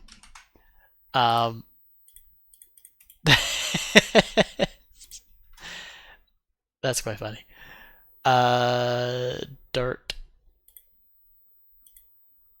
And what was the other one? Is it just navigation? I think it's just navigation, isn't it? So if I paste that, and I make this one layer 1, and is the dirt a ID of 1? Yes. Grass is ID of 1? Yes. Obstacles ID of 1. Is there anything else that I need to do? So I've got different navigation layers here now. I have, and they are trying to set themselves. The obstacle, okay, groundwater does not have any layers, so that's all good, hopefully. And the obstacle has a collision layer, a collision mask, and a navigation layer of 1 and 2.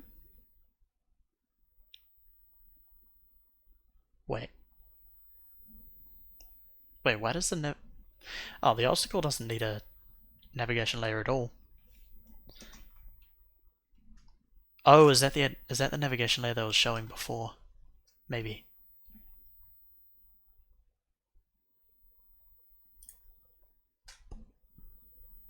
Okay, cool. So navigation is no longer showing. It's working.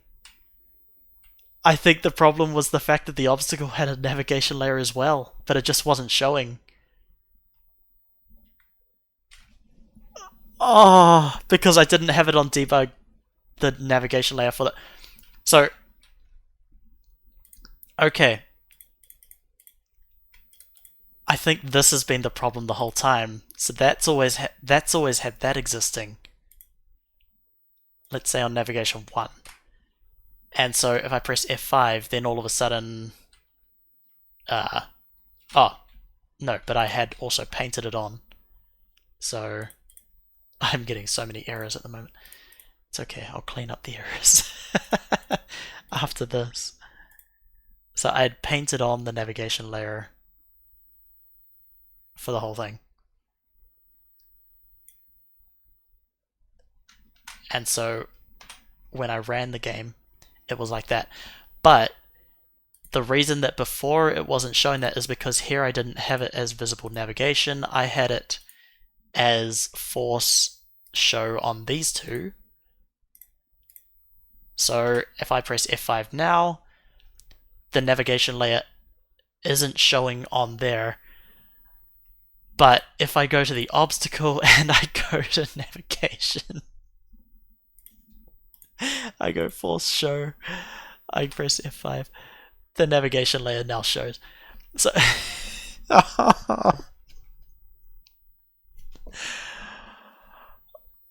oh my lord, that took way more effort than it really needed to.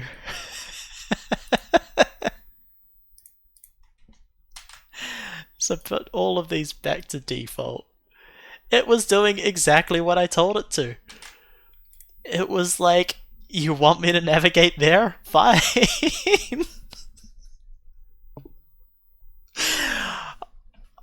Oh dear. Get rid of that navigation layer. That can go. And it works like a charm. Oh my gosh. Good computer. Oh, I need to go to bed. Oh my gosh. Good computer. Good Cyclops. You did exactly what you were asked. I thank you for your guys' patience through all of the struggles. That I haven't had something like that in quite a while, actually. That is soul-shatteringly typical.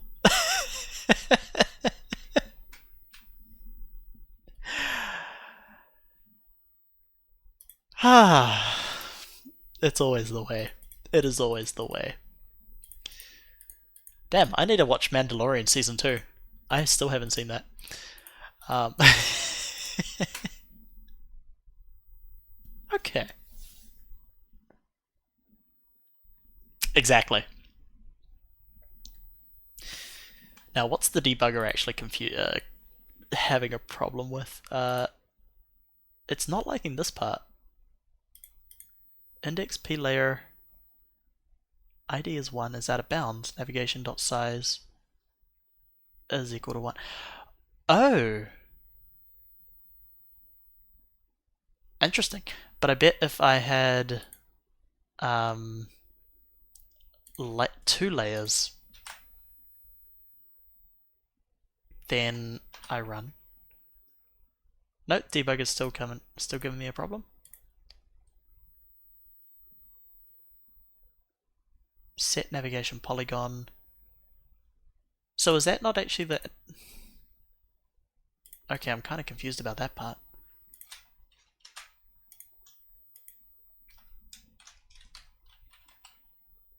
Layer ID int. And that is the... Oh, no, this is the layer ID. It's the entire... It's the layer as a whole. It's not the... It's not one of these numbers in here. That makes a whole lot more sense. Okay. So if I added an element, then I could go layer ID 1 or layer ID 0 and activate or deactivate those as necessary. Okay, that makes more sense. Oh, what have I done? Texture origin, navigation layer. Okay, I don't need any of that. Modulate, you're fine. Z, terrains, you're good. Yeah, sweet.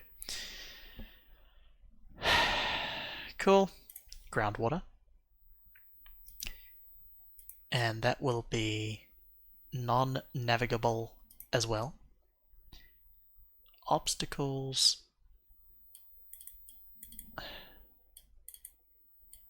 Okay.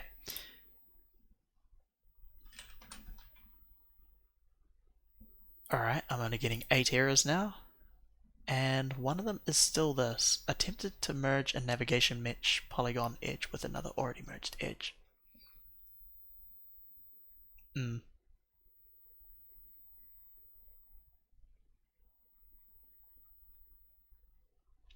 Is this because I've got multiple layers on top of each other? I'm actually not sure that's I'm not sure that's the issue.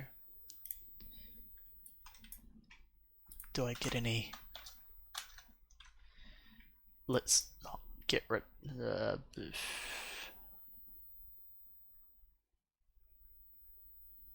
There.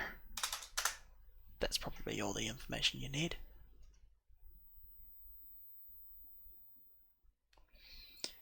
Good AI. Check for overlapping edges. Ensure that the edges you're trying to merge. So I'm not really trying to merge any navigation meshes though.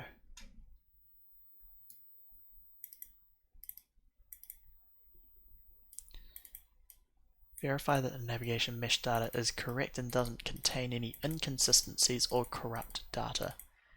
This may be the case actually. Possibly, somehow.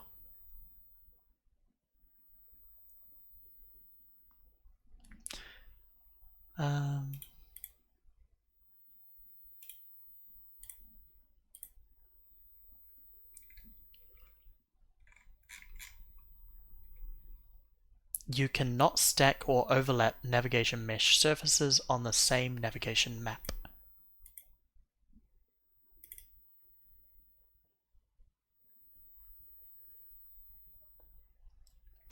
A navigation mesh is a two-dimensional surface with convex polygons conveying geometry connection logic.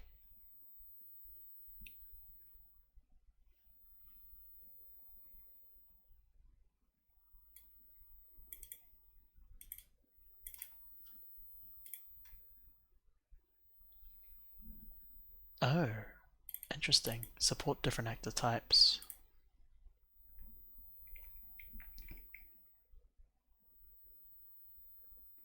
Create a navigation mesh resource for each actor size.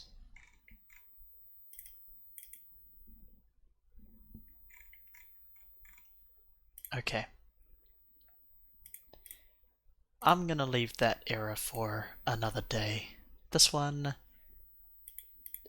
implicitly inferred static type. Okay. As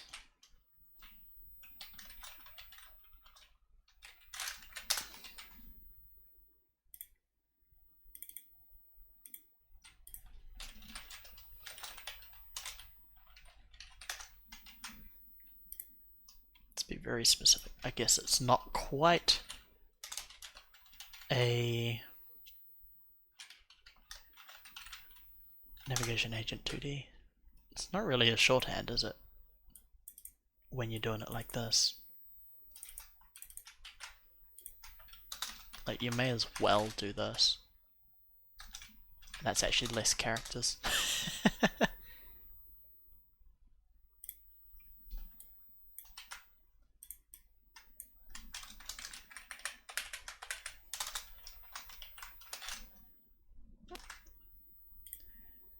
There.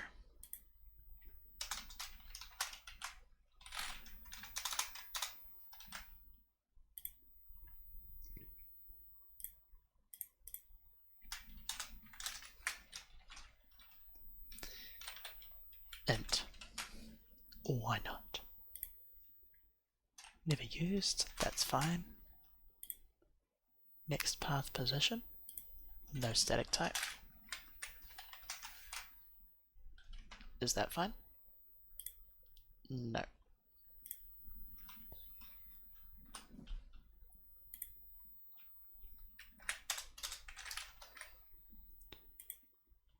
What does that return? That returns a vector 2.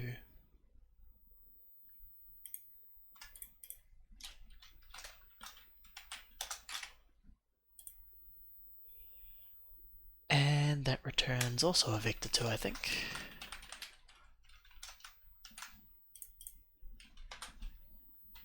That should leave only one error and no warnings. Perfect. Alright. I am going to leave it at that. And tomorrow or the next day will be essentially cleanup, because I have made a bunch of different assets in here now. Need to kind of make sure that the whole thing is a little bit organized. Huh. Hope you guys have an awesome rest of your day or night, depending on where you are. Cheers. It's nice to, I don't know, it's nice to have people to kind of talk to and interact with, even through simply text. Um,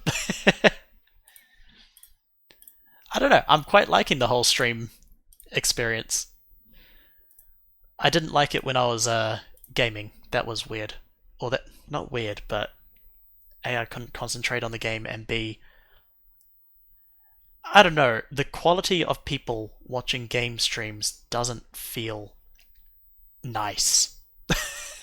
I think I'm going to put it that way. Is that Colombia? I actually don't know. Learn about this picture. It is Colombia. Good call.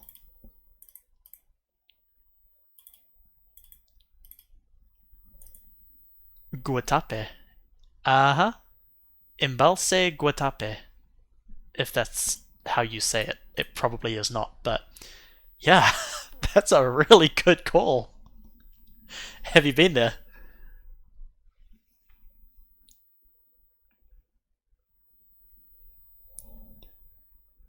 Because that is a that's a farming village.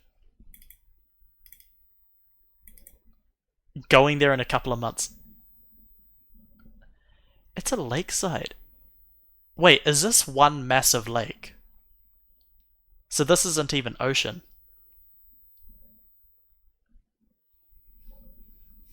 Huge artificial lake created by the construction of a hydroelectric dam. Oh, that is so cool.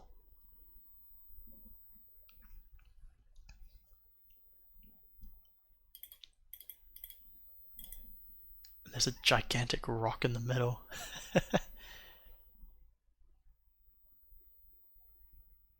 I actually this looks like a place I would love to go to now as well. Display colorful for sweeping views. People climb the more than 600 steps to the top of El Peñón de Guatape. Is that the one? The massive rock formation that sits at the lake's edge. Oh wow. What are those what are those stairs? That looks terrifying. And also awesome.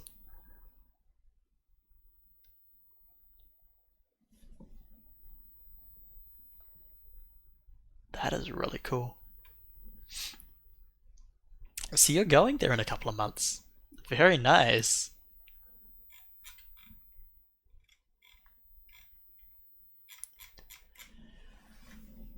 I. How many places do I have like that in New Zealand? You definitely have some very nice views in New Zealand. Like if you go to the Coromandel, you can kind of see, or like Mount. Honestly, any of the mountains, you do get very good views. But man, this is so cool. South Island is, yes, it is very nice. There are some very nice, like specifically, the I think the most popular place is Milford Sound. Um,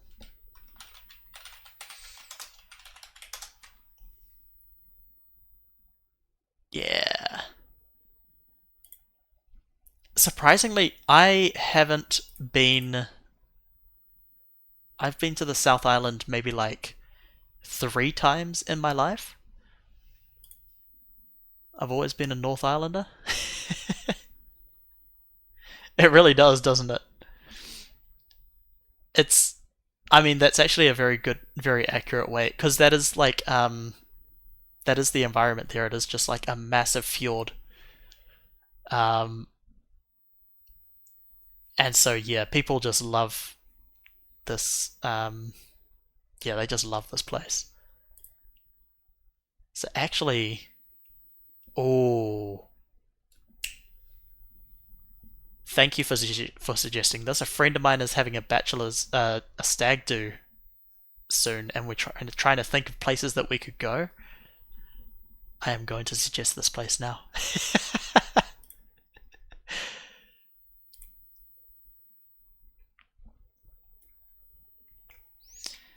Yeah, there are definitely some very beautiful places around the world.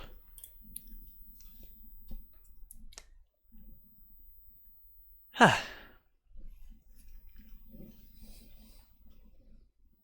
Kayaking. Have you been kayaking much? Do you enjoy it? Videos. That would actually be a really cool place to kayak, wouldn't it? That water is so clear. That looks so nice. Harrison Cove.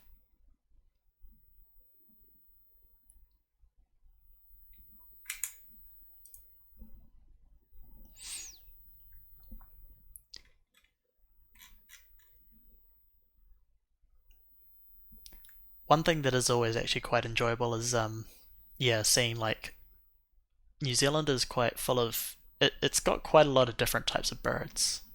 And so going to like bird I want to say bird museum, but that is definitely not the word. Aviaries. Going to aviaries and seeing those sorts of places. Usually they kind of reserve them for like school trips or kind of tourist attractions, though you can't really just walk in.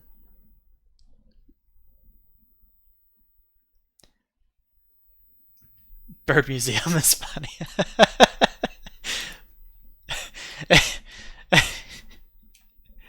Yeah, not quite.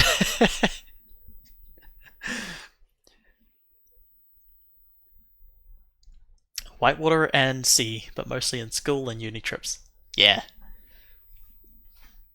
same.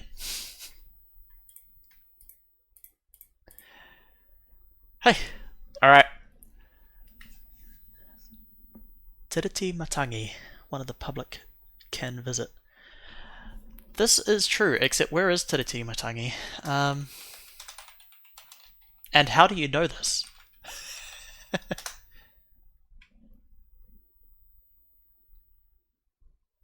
Oh, wait, hold on. It's literally the southern island. Right. How do I not know this? No, never mind. I have been here.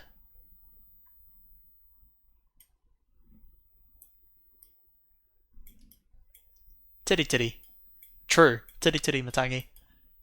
No, I have been on this island. This was a school trip. This was one of my favorite school trips, actually. Because me and my class were like staying here, and for some reason, I don't know why, but my teachers must have had like an insane amount of trust in me because either that or they just completely forgot I existed because I didn't really. I think me and one of my friends or whatever, we didn't actually end up sticking with the group for like the entire day. We ended up just kind of exploring the entire island. We came all the way to the most to like this northern edge, and at this point, there's like a place that we were sitting, and the it's kind of one of those kind of it's like a really nice view. Like you can see like all of the Auckland Harbour. Okay, not really Auckland Harbour. It's more Orewa area. Auckland's kind of south, but you know, it's a nice view. And then like also, it was very serene. So you'd be sitting there, and there were just birds flying all over the place, and the wind was perfect so that these birds were literally just hanging in the air. So it was kind of like that illusion where oh my gosh, my voice is cracking now. um, it's like that illusion where you kind of just hang a bird off a string, sort of thing. It looked like that. They were literally like a few meters in front of our faces, just hanging there. It was so cool.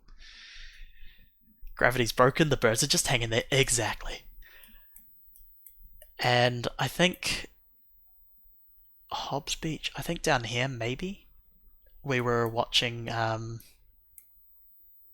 I don't think we managed to catch any, but you can sometimes kind of. What the instructors would do is get you to kind of lie on the road, lie on the path, or lie next to the path. Um, and you could bring cameras or whatever, and you would see the penguins essentially just waddling past you into the water. Um, I don't think we managed to catch it the day that we went, but that would have been quite cool. Yeah, I loved this place. 10 out of 10 would go again.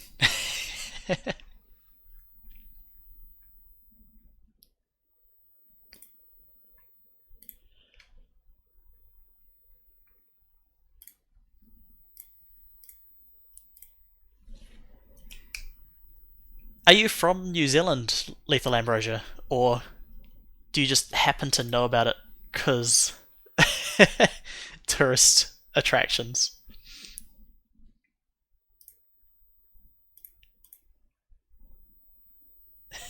You are from New Zealand? Nice. What are you doing up at 2:20 a.m. in the morning? What am I doing up at 2:20 a.m. in the morning? Try to figure out these navigation meshes.